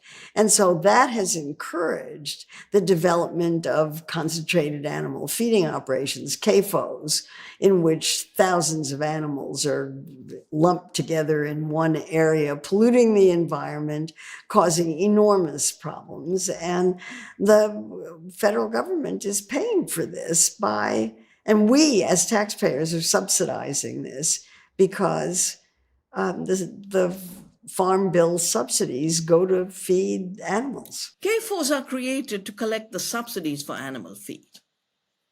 There's nothing efficient about putting animals in prisons. But when you put them in a huge prison like that, what you do is you turn food grain that would have fed people into animal feed. And that is the reason of the increased upset stomachs of animals and the increased methane. CAFOs stink. When you go past a CAFO, there's a horrible smell. Like in the shrimp industry too, the factory farming of shrimp is driven by the feed industry. That's where the big money is, and it's all linked to subsidies. Otherwise, it's a hugely inefficient system. You feed 10 times the protein to the factory farms than you get out as protein. For shrimp, you feed 10 times more fish caught at sea to the shrimp to get 1/10. So these are negative economies, and they wouldn't exist if we did true costs and true ecological assessment and we got rid of the subsidies. The animal agriculture industry definitely benefits from subsidies of feedstuff. And that's why the vast majority of cattle, for example, in this country, are eating a lot of soy and corn, which is a whole problem because, for example, in the case of cows are not naturally supposed to be eating corn. They're supposed to be eating grass and hay and other things of that nature. So what happens is that when cows are living off of corn, that is not good for them. They get sick a lot. That means they require antibiotics. So it's all related. And essentially what we have here, ironically, much like humans, we have a lot of cattle that are constantly sick and constantly having to get antibiotics because much like humans, they're eating diets that are not optimal or healthy. I think when people talk about subsidies, they think like, here's a check to, a pig farmer. But the other way that agriculture is subsidized is by exempting a lot of the treatment of animals on farms from local and state animal cruelty laws. So if you look at your town or your county or wherever you're at, and most animal cruelty laws are at a very local level, you'll probably see a explicit carve out for agriculture activities. So whatever you would do to your dog, if you want to put your dog in a gestation crate, well, that is something that you definitely might get either arrested for or ticketed or whatever it is in your locality. But if you put a pig in there because you are on a hog farm, well, that is exempted. So another way that we subsidize animal agriculture in this country is by exempting the treatment of those animals from cruelty laws. Every one of the 50 U.S. states has legislation criminalizing cruelty to animals. And yet, every single one of those states' legislation specifically exempts animals destined for human consumption. And what that means in practice is that the animals raised for meat and dairy and eggs in the U.S. are subjected to conditions that if you did that to a dog or to a cat, you could be arrested for a felony.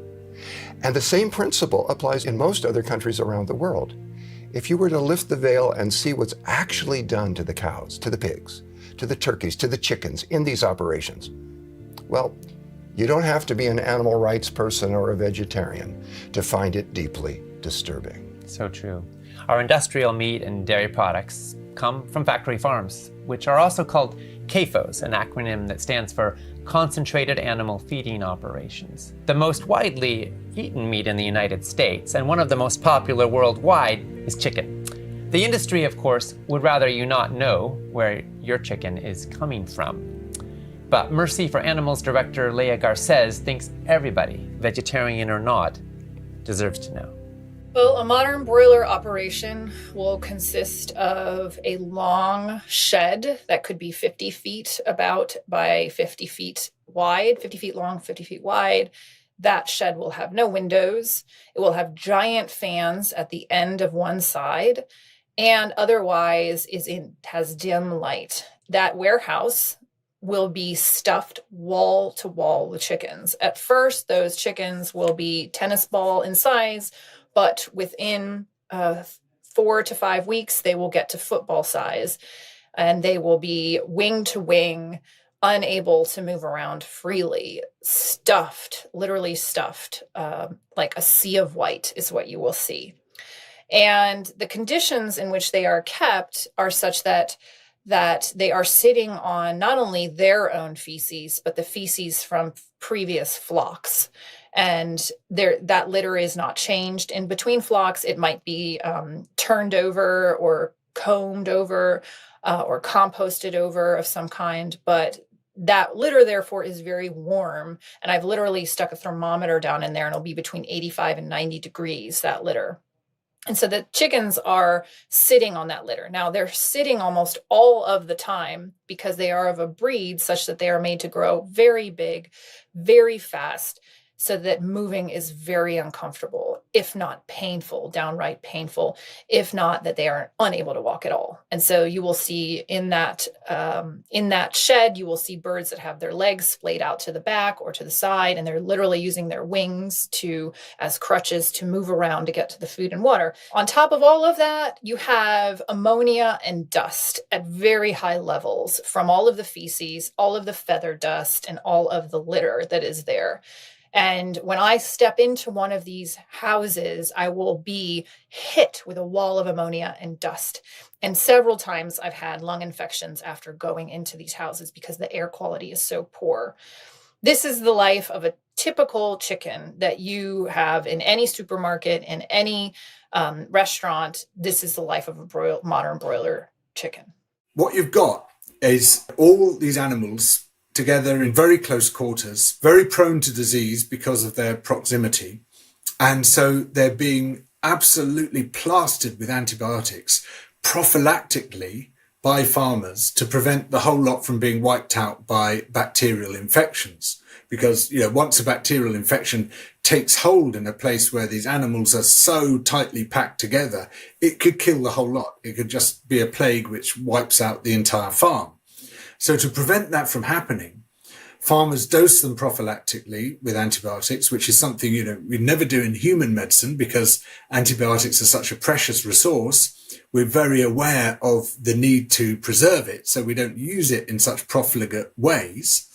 But also, they use antibiotics as growth promoters. It's really shocking. Again, this precious, crucial resource is just used to fatten up animals because for some reason, which I don't fully understand, it has something to do with suppressing gut bacteria.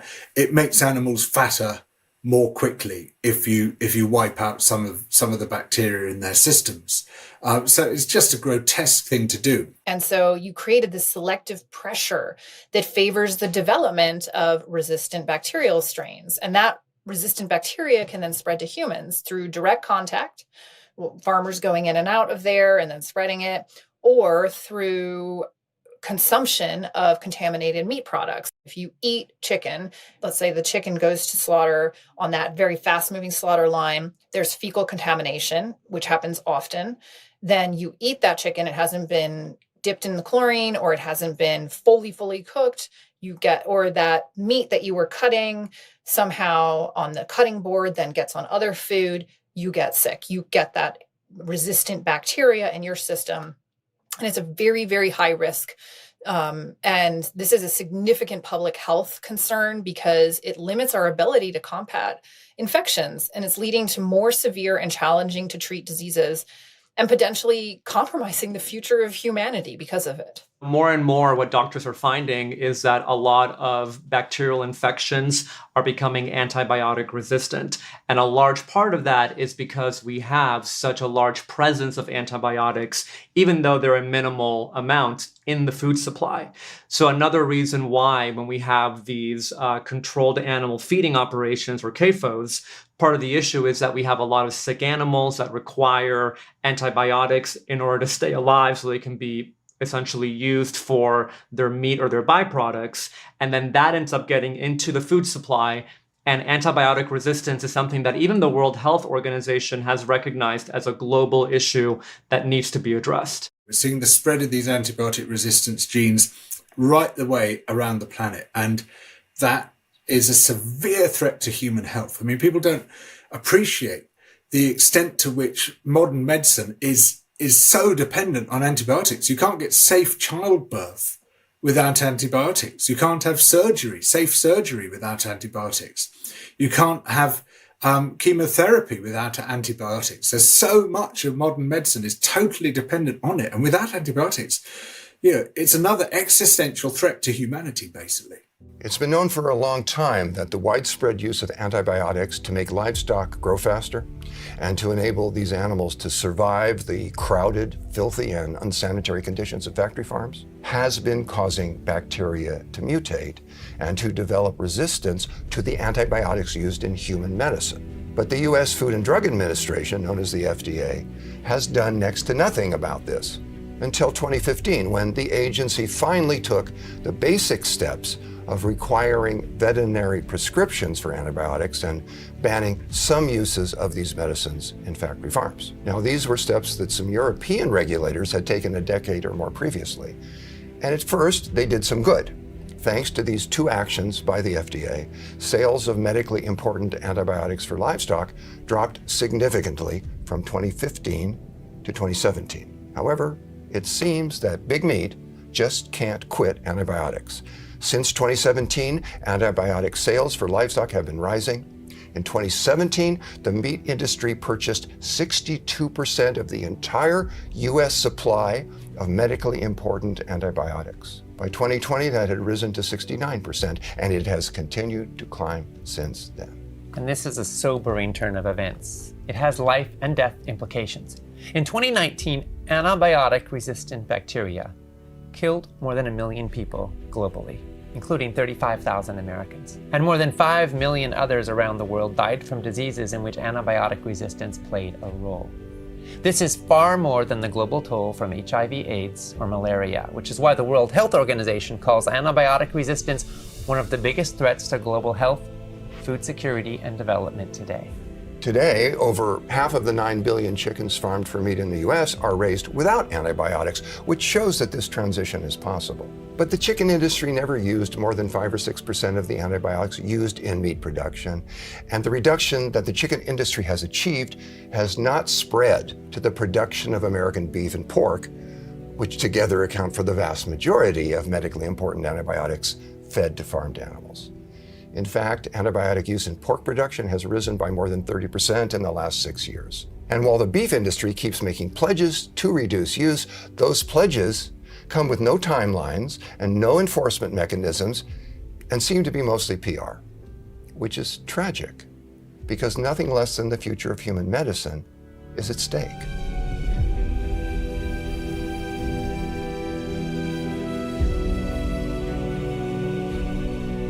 I don't know anybody who wants to see animals raised in torturous conditions. And a lot of farmers hate it too. They didn't set out to raise animals because they wanted to be cruel, but they've got to keep costs down. And in order to be competitive in an industry that often runs on super low margins, they have to resort to practices that are heartbreaking. A few years ago, I got to talk with Craig Watts, who spent 20 years running a factory farming operation for Purdue. Can you tell us what you learned from your conversations with Craig? Absolutely.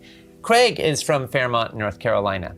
In 1992, he put up chicken barns on land that had been in his family for nearly 200 years and signed on as a contractor with Purdue Farms. Driven by economic pressure, Craig did exactly what Purdue told him to do, even when it meant treating chickens terribly. He spent decades presiding over barns that were jammed with tens of thousands of miserable birds. They'd been bred to grow massive breasts as quickly as possible, and their legs were unable to support their morbidly obese bodies. If humans grew at the same rate as today's chickens, a human baby by the age of 8 weeks would weigh 660 pounds. And you know, Craig's contract with Purdue explicitly forbade him from ever giving his birds sunshine or fresh air. That sounds awful. Did Craig tell you how he felt about that? Yes, he did. Craig didn't like it one bit. But he felt like he had no choice if he wanted to survive economically. And then one day in 2014, Craig saw an ad on television in which Jim Purdue, the company's chairperson, was walking through a clean and uncrowded chicken barn with full-grown healthy birds while talking about doing the right thing and raising chickens cage-free. And then as now, the company's packages even carried a seal from the US Department of Agriculture with verification that the birds were raised cage-free. Now, according to Craig, that's when his BS alarm sounded. It was one thing to be forced by economics to keep chickens in abject misery. It was another to be complicit in lying about it. Craig had had enough. He invited Leah Garces, who's part of this summit and who was then the US Director of Compassion in World Farming, to visit his broiler barns and to bring a camera. Leah documented the conditions in which Craig's chickens were forced to live and wound up releasing a video that rocked the chicken farming world.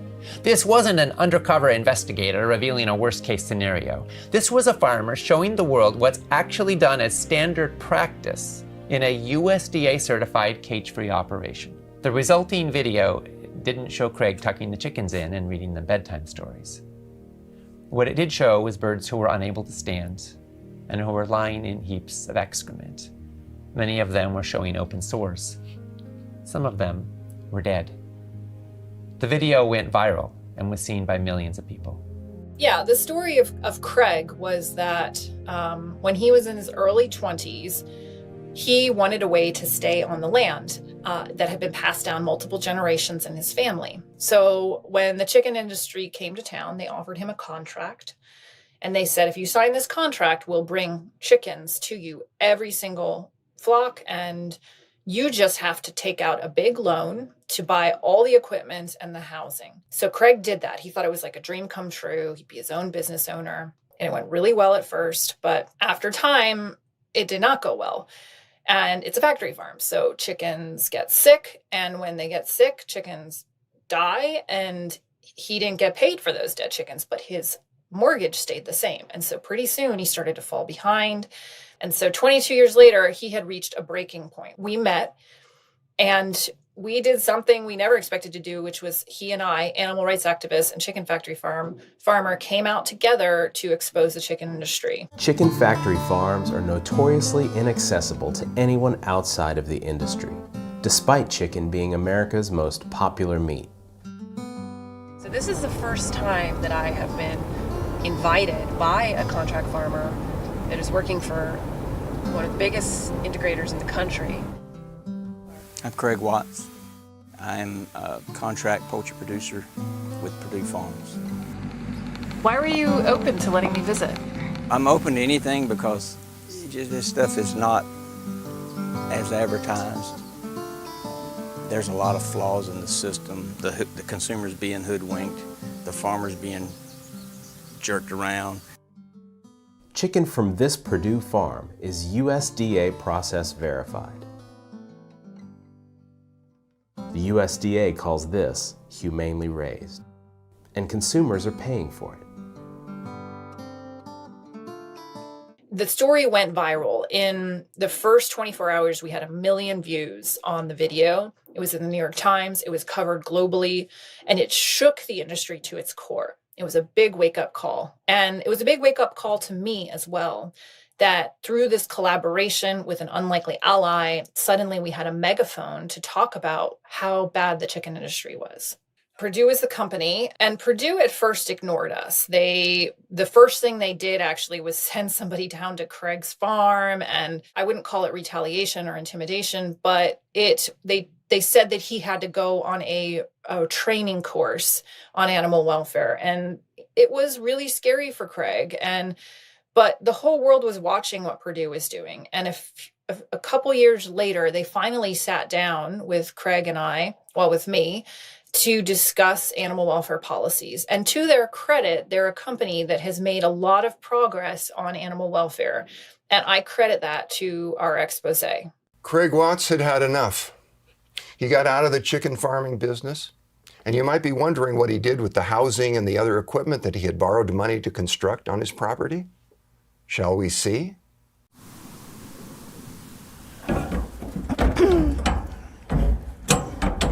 It's like opening a little safe here. And there we go. All right. Oh, look at the mushrooms. Oh, they're amazing.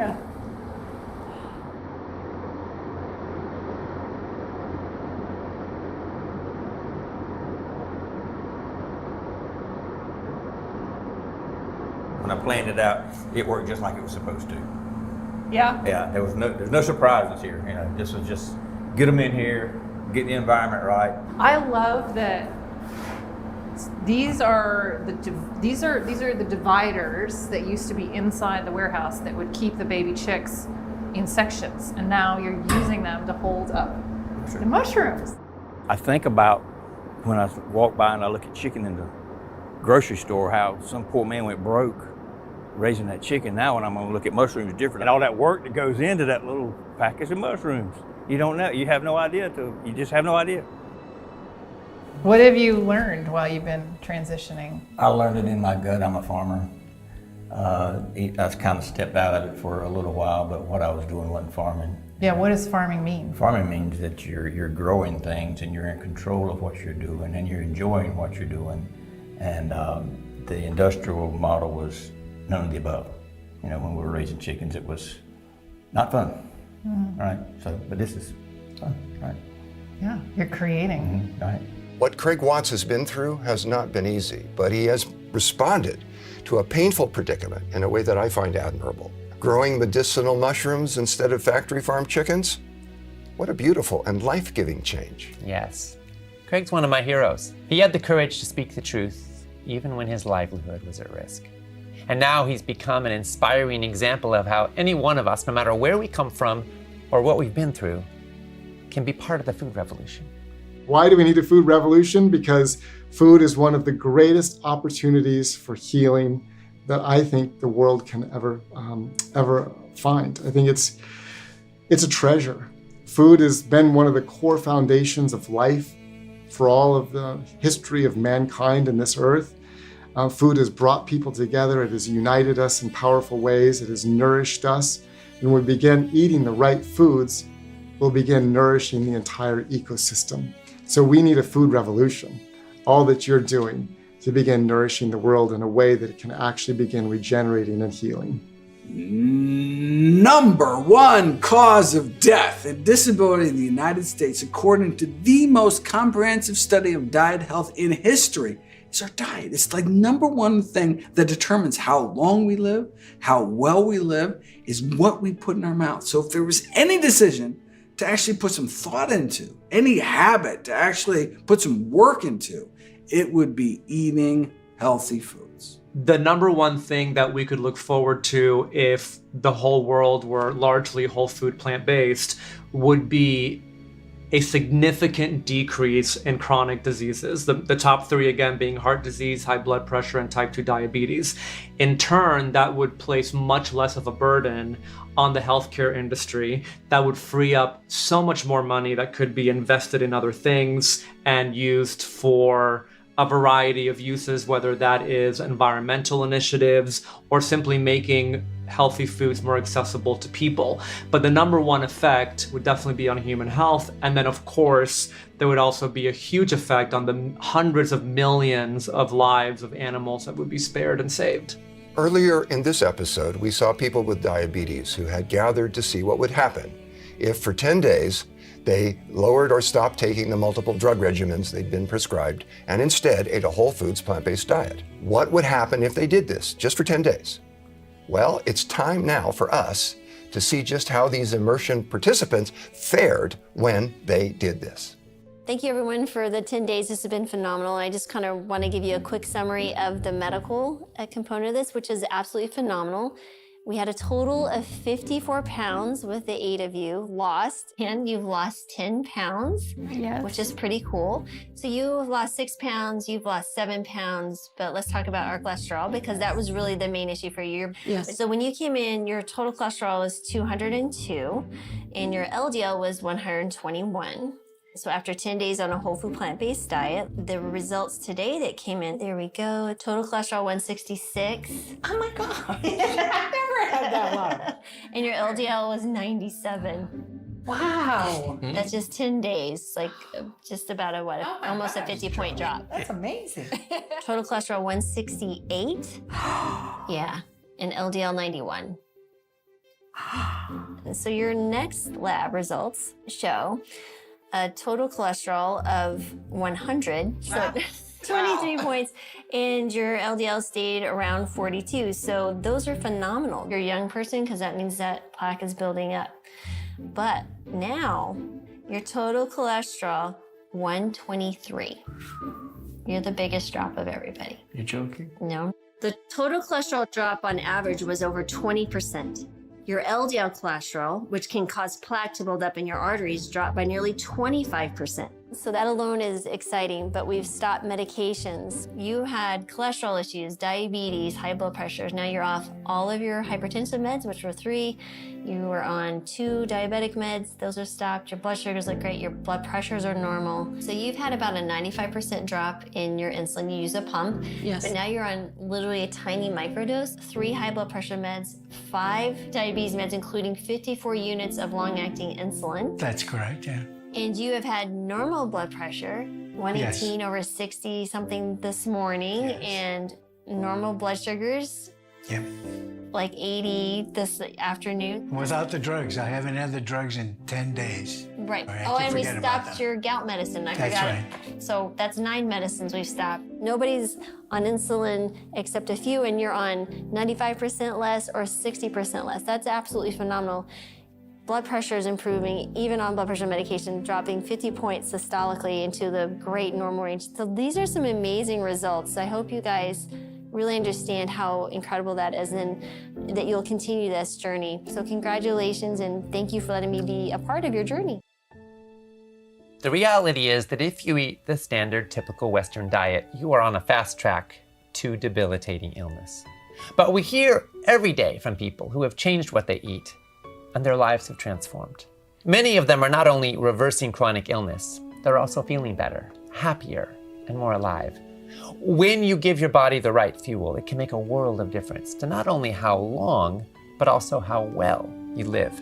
Some people ask if it's too late for them. I mean, after a lifetime of bad habits, does it really matter what you eat? At a certain age, does it matter that much?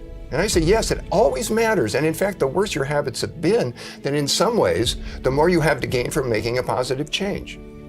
The human body has an extraordinary capacity to heal and to regenerate when you give your body the right fuel and bring your choices into alignment with your well-being. It's incredible how quickly your body can recover and renew.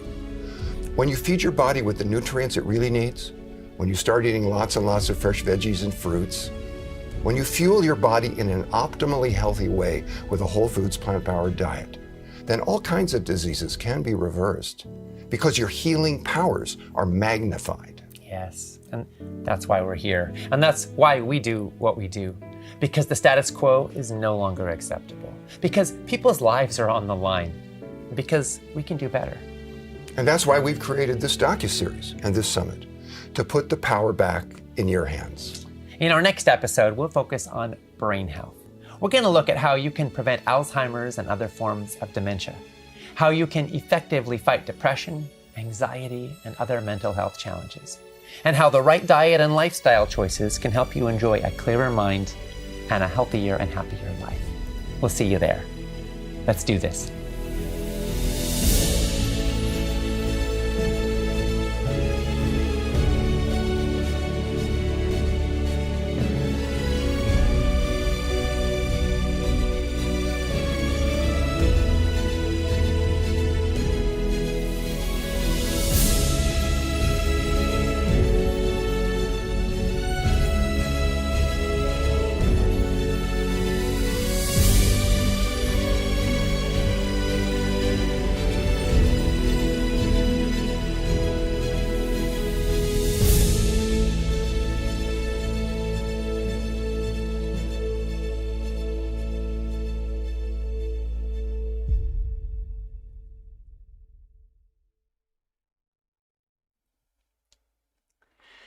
Thank you so much for joining us in that broadcast. Again, to express your opinions on what you've been hearing and to find out what other folks are saying, post and engage in the comments section on our broadcast page, and make sure you refresh the comments using the button down there at the bottom that lets you see when there's new ones that have been submitted, so you can see the most recent ones. Now I'm going to share some of the comments that have been pouring in. I'm going to answer some questions and give away some prizes. I'll also be introducing our 3 recipes of the day. I also want to say we've had some issues with people being disconnected during the broadcast. These were caused by a huge surge of people joining in today, and that combined with some tech issues that surfaced under that volume. So our tech team has been working on it, and we think it is now fixed. But if you get cut off, please refresh the page so you can see the fresh version of the page, which should not have those issues anymore. No need to refresh the page if you're not getting cut off, because for many people, it's now working just fine. If you missed anything, the good news is you will be able to watch the replay of today's episode for the next day until we go live, starting getting ready for tomorrow's episode. So the replay will be up as soon as we finish today's broadcast. Terry said, love, love, love this informative, life-changing summit. Thank you all for taking the time to change lives. Terry, thank you for taking the time to be here with us and to be a part of this movement and perhaps to allow your life to be changed as well. We are so glad you're here.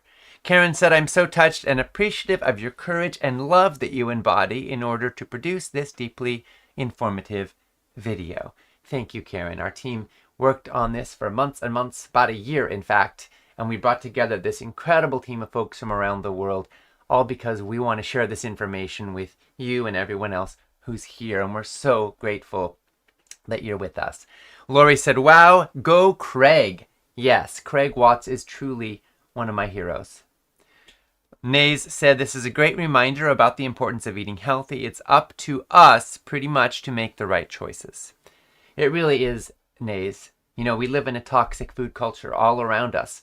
Junk foods are normalized, they're mainstreamized, they're advertised, and they're subsidized.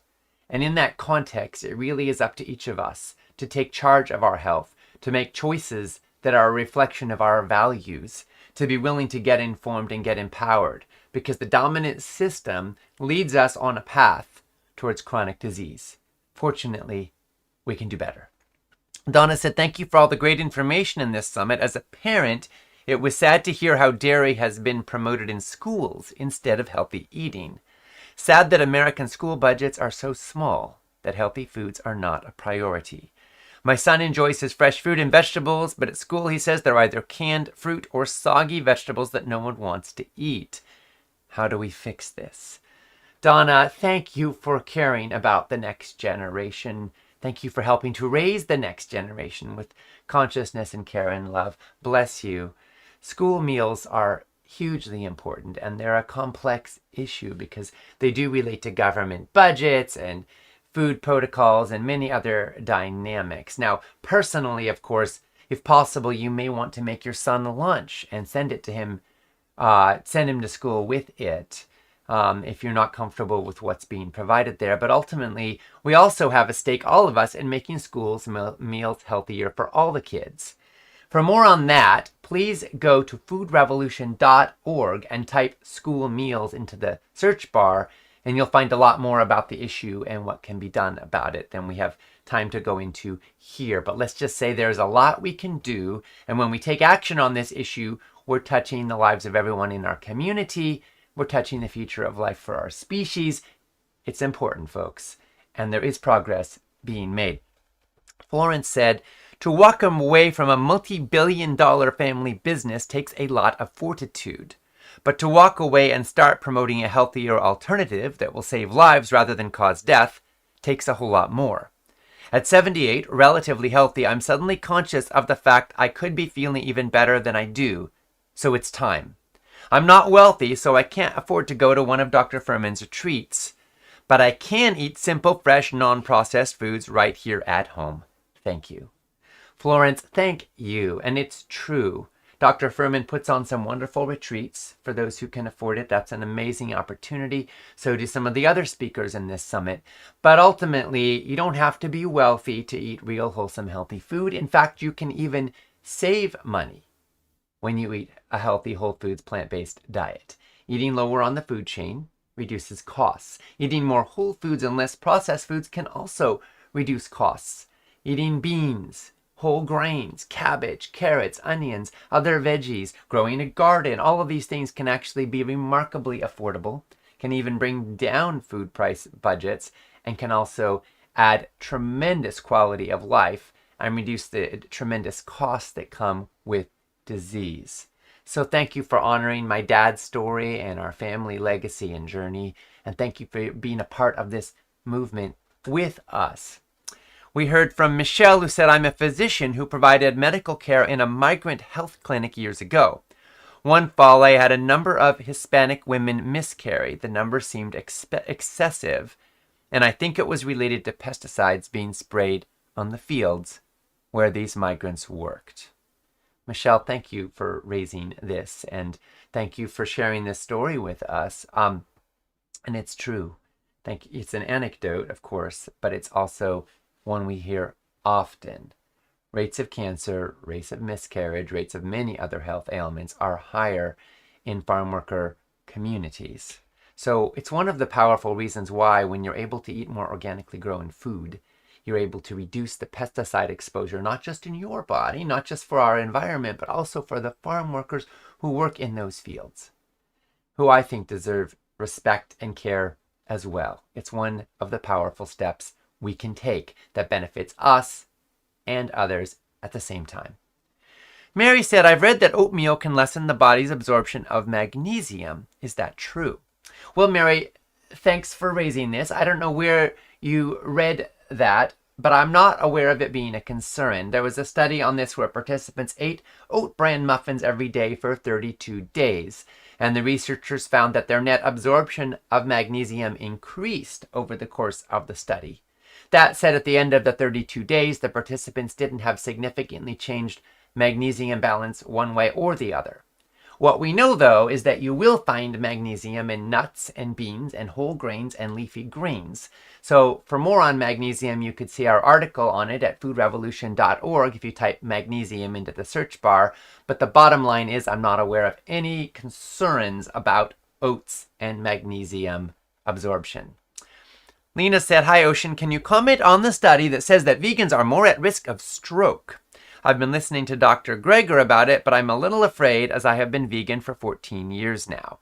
Well, Lena, thank you for asking. First, as a bit of context, and you may already know this, but healthy plant-based diets have been linked with lower all-cause mortality, up to a 34% lower risk of death from any cause over an average of an 8-year period.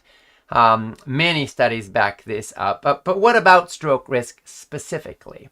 Well, in 2019, there was a study of thousands of British vegetarians. It was called Epic Oxford, and it found that they were at higher risk of hemorrhagic or bleeding stroke. And they also had a lower risk of heart disease, and so overall cardiovascular disease risk was significantly lower. But should vegetarians and vegans worry about stroke risk specifically? Well, after the Epic Oxford results were published, researchers all around the world rushed to see if the findings were an outlier or if they were backed up by further research. By 2020, the UK Biobank study, which tracks more than 400,000 people, confirmed that vegetarians not only had lower rates of cardiovascular disease, but also showed no increase in stroke risk. Two studies from Taiwan backed this up as well, finding that vegetarians had significantly lower stroke risk, up to half the risk of non-vegetarians, including a 64% lower risk of hemorrhagic stroke. Then in 2021, Harvard researchers finished their analysis of over 200,000 people from the Nurses' Health Studies and the Health Professionals Follow-Up Study, and they also found no increased stroke risk for vegetarians. They even suggested that healthy plant-based diets might lower the stroke risk. And then a meta-analysis pulling all these studies together showed that the Epic Oxford findings were probably a statistical fluke, with vegetarians potentially at a lower risk for stroke overall. So, Lena, the bottom line here is, based on the data that we have to work with right now, I don't think vegetarians or vegans are at higher risk of stroke and potentially lower risk overall, along with all the other benefits. Lama said, the problem is clear. My question is how, for ordinary people, particularly those of us living in cities, to access real food, pesticide-free food, and healthy food, and what can we do to change the system? How do we get involved, and what actions can we take? Lama, thank you for asking. This is really what it all comes down to, isn't it? Implementation. Because at the end of the day, cancer, heart disease, Alzheimer's, they don't care a whole lot how much you know. They care what you do, what you eat, how you live. And that's where the rubber meets the road, so to speak. So personally, as we're learning in this summit, and as you will learn in this summit, every bite you take matters. Every bite you take charts a course for your destiny. And you can help turn the tide away from a toxic food culture as well by choosing real, wholesome, healthy foods. So what you do, focus on what you eat first. Get your own oxygen mask on first, they say, before helping others. How can you access healthy food in your community? If you live in a city, there's probably access to natural food stores where you can access healthy food. If you live in a more rural place, you may be able to place online orders from places like Thrive Market or even Amazon that let you access healthy food and get it shipped to you. Find out if there's local farmers markets, community-supported agriculture programs. Grow a garden if you can. These are all steps we can take depending on where we live and what our options are. As far as how we change systems, again, it starts with individual choice. That's how we redirect dollars from a toxic food economy to a healthy food economy. In my ideal world, broccoli farmers growing organic broccoli will have budgets to spend to promote broccoli instead of just junk food companies having budgets to spend to promote junk food. They get that money from consumers. So when you support healthy food, you're helping build a healthy economy. So those are simple personal lifestyle actions. You can also spread the word about this summit. Tell other people about it. Get them involved. Invite them to register at foodrevolutionsummit.org. And of course, there is so much more we can do. I wrote a book called 31 Day Food Revolution, which goes over the simple steps we can take to implement all this in our personal lives and also to be everyday food revolutionaries. We can take action to create healthier food communities, community gardens, school meals, so much more to change policy, redirect government subsidies. There's so much we can do. Thank you for getting involved. Stay tuned. Join Food Revolution Network at foodrevolution.org, and you'll find lots more resources there too. And if you're on our email list, which you probably are if you're part of this summit, then you will continue to receive messages from us with action steps you can take to be a part of this revolution. Dana said, I've been tuning into Food Revolution for a couple years now. I had a heart attack at 52. I thought I was doing everything right, but I wasn't as educated as I thought I was. I thought I was eating good foods. I've learned otherwise. Now at 61, I continue my journey. Dana, thank you for being on this learning journey. We're always learning more. A lot of folks thought they were doing everything right, and then they learned that there is more to the story. In this summit, you're going to hear the latest breaking news. You're going to hear updates from the medical research, and you're going to find out what we know now about how to optimize your health through healthy diet. There is so much to learn. In a toxic food culture, you can be doing better than the norm, better than most of the folks out there, and still have lots of room to improve. And in this summit, we want to help you not just do better than the status quo, which is a super low bar. We want to help you thrive. We want to help you optimize. And by the way, folks, it's never too late to make a change and reap the benefits. A couple of years ago, a study was published in the journal PLOS Medicine, which found that moving from a typical diet to an optimal diet, even as late as the age of 60, could still add up to 8 more healthy years of life. And if you start sooner, you could add even more. So it's never too late to make a change and reap the benefits. Judy said, good morning from the East Coast. I've been following Food Revolution for several years and always find the information very helpful. She's a registered nurse, by the way. Judy, thank you so much. We appreciate you following us and being with us in this journey, and I'm so glad that you're finding the information helpful. Diane said, I wasn't planning to join in because I feel overwhelmed, but I was diagnosed with MCI, and I'm trying to slow down the slide into Alzheimer's, so here I am. I've read your dad's books and admire him much. Diane, thanks for being here. I think you're going to especially love tomorrow's episode where we focus directly on brain health. Please tune in for that. Everybody who's got a brain needs to know the truth about how food affects our brains. The truth is there is so much you can do. And if you're still in a state of mild cognitive impairment, that's a great time to pay maximal attention because there's a lot you can do to turn the tide. We heard from Kirthlyn from Maryland who said, newbie to whole foods plant-based diet. I'm talking 1 month. but I've already lost 6 pounds and I feel calmer and happier. I'm walking up and down steps faster already. Thank you so much. Well, Kirthlyn, thank you so much. I'm so glad you're with us in this journey. Congratulations on being a month into this journey and experiencing benefits already. A lot of people do experience benefits quite quickly. It's amazing what can happen when you give your body the right fuel. And one of the first things that changes is your microbiome.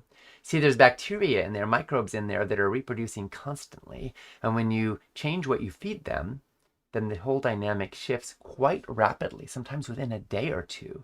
And that in turn can create a host of health benefits to your mental health. You mentioned feeling calmer and happier, but also it can create the conditions for losing excess weight and so many other benefits. So congratulations. I hope what you learn in the summit will give you strength and fortitude as well as wisdom to carry on, smarter, brighter, and clearer than ever. Sharon said, love you have hope in spite of so much going on in the world. I am needing to reduce anxiety. Yes, Sharon, I do have hope. I have a lot of hope because to me, hope is present in everything we do. It's in the choices we make. It's in the lives we live. It's in the love we give. It's in who we are. And yes, it's in how we feed ourselves. And speaking of anxiety, tomorrow is going to be super helpful for you because in our brain episode, we're going to look not just at preventing Alzheimer's, but also at mental health, mental well-being, and how we can cultivate more peace and well-being in our brains. Aaron said from Chicago, I battle sweet cravings. Is there any help or tips for this? I worry about feeding cancer cells with sugar. Well, thank you so much for asking, Aaron. Super important question. So many people struggle with sweet cravings. And in our toxic food culture, I think that sugar may be one of the most significant addictions of our times. So you're not alone. Now, one thing I want to mention is that healthy sweets like fruit and berries will not fuel an addictive cycle. So if you can replace processed foods and added sweeteners with fruit and berries, that could be a huge step that will kind of hit the spot a little bit, but not get you on the addictive treadmill. By the way, flour will fuel an addictive treadmill. So if you're somebody who tends to be on the wrong end of an empty bag of cookies a little too often, if you're somebody who feels like you obsess about food, who feels like you're not fundamentally the author of your food life, you may find that you need some bright lines. And those bright lines should probably include not just added sugars, but also flour. And we'll go into this more in episode 6 in real depth. There's a lot we're learning about this, and it's critically important for folks who are dealing with food addiction to understand the neuroscience of how it works. But for sweets in particular, I do recommend some bright lines for a period of time, seeing what works for you to cut off those cravings, which will fade out if you create a sharp boundary. Melissa said, this is the 3rd year watching this docuseries. It helps me refocus on my goals and eat a better diet. Thank you so much. Awesome, Melissa. Yeah, we've got folks who have been with us for years. Welcome back. We've also got folks who are here for the first time. Welcome. We're so glad you're here as well. Joyce said, Joyce from Central New York, I've watched previous Food Revolution summits and they've been wonderful. I bought the series and never regretted it. Thanks again. Awesome. Wonderful, Joyce. I'm so glad that you're back and that you found value from our past summits. And thank you for investing in your health and in our mission by choosing to get the empowerment package. Thousands of people are stepping up and owning the Food Revolution Summit for Life with the empowerment package, which of course gives you all the episodes and all the extended interviews that went into them, plus the transcripts for life, along with more than $1,000 worth of bonuses. We so appreciate your investment in your health and your support of our work, which lets us carry on and spread the word and get the summit out completely for free. Thomas said, I've just been diagnosed with early onset cognitive decline and I'm wondering if I will learn something that will help. Yes, Thomas, we're sending so much love to you and support for you in the journey. Tune in tomorrow. You're going to love our brain episode. We're going to go deep into this. Joey said, I'm from Minnesota and I have ALS. What can I learn from you? Well, Joey, thank you for asking. First of all, this is not medical advice, but I did want to share a few pieces of insight with you. And the most important thing is we're so sorry you're dealing with this, and we're sending you our love and our prayers for your wellness. Research is showing that people with ALS have energy needs that are about 15% higher than people who do not have ALS. And on top of that, there are some issues with ALS that can make eating more difficult. So what's really important is that you keep your overall nutritional intake up. Inadequate nutritional intake can speed up the breakdown and weakening of extremity and breathing muscles. And a large portion of ALS patients do consume fewer calories per day than the amount that they require. Weight loss and inadequate energy intake may accelerate the progression of the disease. So the most important thing is to eat enough healthy food. Eat well during your up times. Eat maybe smaller, more frequent meals. You might want to avoid long periods of time when you're not eating. You may want to be sure to eat nutrient-dense foods rather than light or diet foods. Eat first and then drink so that your stomach is filled up with food rather than just liquids, and keep your favorite foods around the house and dedicate time for meals. So those are some tips that might be helpful. Another key thing is nutrient density. So lean into whole foods instead of processed junk. And in that sense, everything you learn here in this summit is going to be relevant for you. But one distinction is a lot of folks want to lose weight. That's probably not the case in your situation. So hope that's of some value for you. Connie said, I have plaque in my arteries and in my brain, and I hope this can reverse it. Excited to learn. Connie, sorry you're dealing with that. We want to support you. We're excited for you to learn as well, and we want to make your learning a bit easier. So we're going to gift you with an empowerment package. Congratulations. Our team will follow up with you. I know you will put it to good use. You'll have all the recordings and the transcripts of the entire Summit for Life. And you're also going to have the recordings and transcripts of the extended in-depth interviews that went into this summit. And this is one of the really awesome things about the empowerment package is a lot of folks want to go deep into a specific issue such as cardiovascular health or brain health in your situation. So you can dive deep into not just the episodes that focus on those topics, but also the extended interviews with guest experts, which cover a lot that we don't have time to cover in the episodes themselves. If you want to go deep on a specific issue, if you want to solve a specific problem, the extended interviews are really, really helpful. So you'll have them for life. Congratulations. And congratulations also to Veronica from Texas, who got the empowerment package, and all our other new empowerment package owners like Evelyn from California, Carol from Ohio, Aiden from the UK, Rosina from New York, John from Arizona, Rima from Missouri, Gary from Louisiana, Lisa from Australia, Mark from Idaho, Sati from Canada, Joy from Pennsylvania, and everyone else who's choosing to invest in your health and in our mission by owning the Summit for Life with the Empowerment Package. Congratulations and thank you. Now, I want to make sure you know about today's featured extended interviews. You see, every day of this summit, in addition to an episode, you get 3 more extended interviews with guest experts. So today, you can watch the interviews with Dr. Adrienne Fu Berman on Farmed Out, how the pharmaceutical industry shapes medical practice. If you want to go deeper into that topic, watch her scintillating, blood-boiling interview. If you want to learn more about food integrity and how you can align your choices with your values, watch the interview with registered dietitian nutritionist Andy Bellotti. And we have an interview today with Dr. Marian Nessel on food politics, how the status quo is making us sick and what you can do about it. All 3 of these will be available along with today's broadcast as soon as today's episode wraps up and goes on to replay mode. We also, every day of the summit, have 3 more recipes of the day from FRN's brilliant dietitian nutritionist culinary team. Check out recipes from Nicole D'Andrea Russert and Rosie McKay. Today we have creamy pumpkin sunflower milk. This offers a wonderfully nutritious and tasty alternative to traditional milk. It's packed with plant-based protein and a wealth of minerals like zinc, magnesium, and manganese. It's a wholesome choice that surpasses dairy milk in taste and nutritional benefits. It's also rich and has a creamy texture, and the added plant power brought to you by a tall and creamy glass of this plant goodness is awesome. Next, we have hearty Irish stew. It's brimming with savory mushrooms and fragrant aromatics and hearty root vegetables that create bold and meaty flavors and textures purely from the magic of plants. This is simmered low and slow, the way any good stew should be, which results in a deeply flavorful, rich, and comforting stew that even the pickiest of meat eaters may love. Finally, we have jackfruit carnitas pizza. This is also our recipe demo of the day. So in addition to the recipe, you can watch Nicole preparing it in her kitchen and see how she does it and pick up some amazing tips.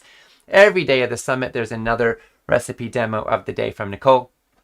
Jackfruit carnitas pizza hits the nail on the head when it comes to healthy, whole food, plant-based meat alternatives. The jackfruit mimics the texture of meat and soaks up any flavors you add to it, which makes it a versatile ingredient that's ideal for a meaty pizza. The robust spice blend and the array of colorful fruits and veggies add the most exquisite flavors. We think your belly and your soul will be extra happy with this comforting meal. So enjoy the recipes of the day, which you will find along with the recipe demo video on the broadcast page. You'll also find the 3 expert extended interviews of the day, all on the broadcast page once we go into replay mode after the live broadcast wraps up. Now, a few more comments have been coming in that I want to respond to.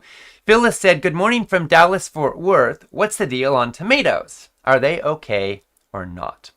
Well, Phyllis, every one of us has unique nutritional needs.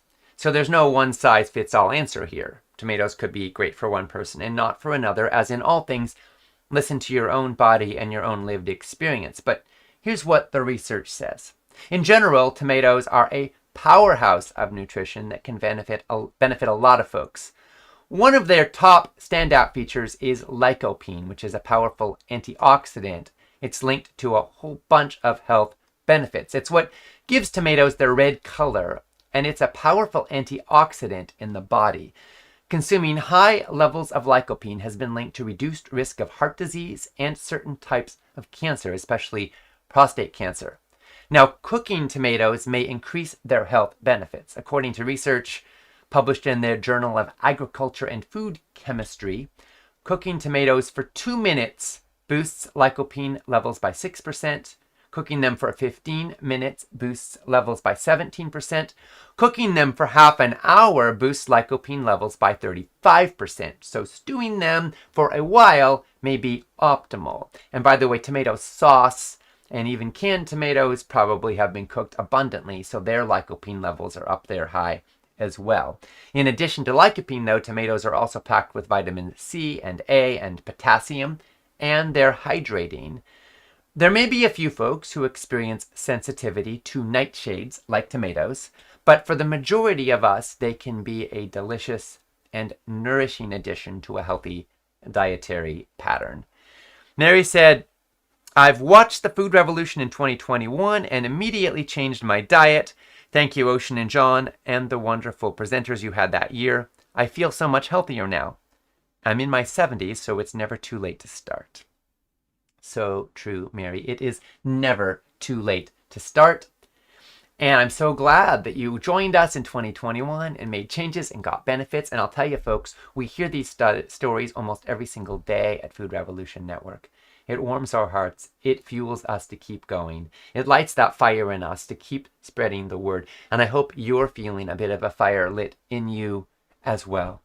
So as we're approaching the end of day 1 of the Food Revolution Summit docuseries, I hope you're considering what this means in your life and how you can spread the word to other people. Please spread the word. Let your friends, family, and community know about this summit. Send them to foodrevolutionsummit.org so they can register and join in completely for free and take this journey with you. It could be the best gift you will ever give them to tell them about this. As we go through this journey, please continue to express your opinions on what you're learning, what you're thinking, what you're experiencing, and your top aha moments and takeaways by posting and engaging in the comments section on the broadcast page. You can also join in the conversation with us on our Facebook page or Instagram page at facebook.com/foodrevolutionnetwork or instagram.com/foodrevolutionnetwork. And then make sure you come on back and join us tomorrow when we go live at 7:45 a.m. Pacific Time, 10:45 Eastern Time, 2:45 p.m. GMT, or at 11 Eastern when we start rolling episode 2, the brain episode, how diet and lifestyle can help you think clearer, feel better, and prevent Alzheimer's. Tomorrow's episode will rock your world and blow your mind. So please come on back and join us. In the meanwhile, post and engage in the comments section. Watch the replay, which will go up as soon as I'm done live here today. Check out today's extended interviews. Make the recipes of the day. Watch Nicole's recipe demo video. And if you want a lifetime to enjoy it all, to savor it, to take it in, plus lots of bonuses, make sure you check out the Empowerment Package. We are wishing you a wonderful and thriving day. This is Ocean Robbins, signing off from day 1 in the Food Revolution Summit. And now, here's a peek at what's coming up tomorrow. Lately, a lot of people are struggling with brain fog, memory problems, mental health issues, and even dementia. It makes you wonder, are we all headed towards losing our most important mental abilities? The good news is there is hope. Leading brain experts have discovered solutions that could help you beat the odds. The data shows us that the majority of dementia cases can be prevented. And the same steps that lower your risk of dementia can also sharpen your mind, elevate your mood, and enhance your quality of life starting right now. It's critical that we speak about this devastating tsunami of brain diseases. Alzheimer's being just one of them affects 6.9 million people in the United States alone.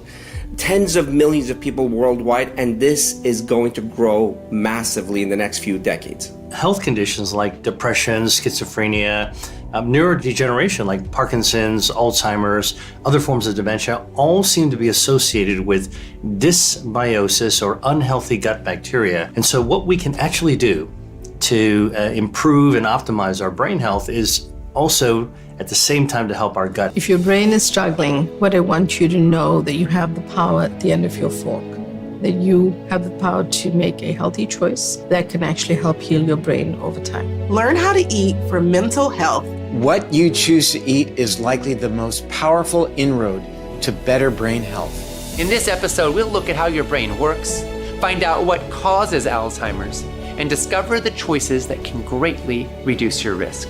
We'll show you how these changes can help clear up brain fog, improve mental health, and keep your memories safe. What you learn here could change your thinking and your life in the best possible way.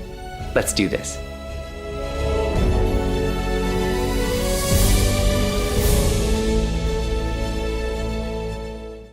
At Food Revolution Network, our mission is healthy, ethical, and sustainable food for everyone who eats. We want kids to learn about healthy food in school. We want doctors to learn how nutrition impacts health in medical school. We want the routine use of antibiotics banned from factory farms. We want a world where everyone, regardless of their ethnic or economic background, has knowledge of and access to healthy food for their family. We want a world in which heart disease, cancer, Alzheimer's, obesity, and diabetes are rare, and in which vibrant health is the status quo. We're spreading the word and standing for change. And with every empowerment package purchased, we make a donation to Trees for the Future, enabling them to plant an organic fruit or nut tree in a low-income community. Join this movement and support this mission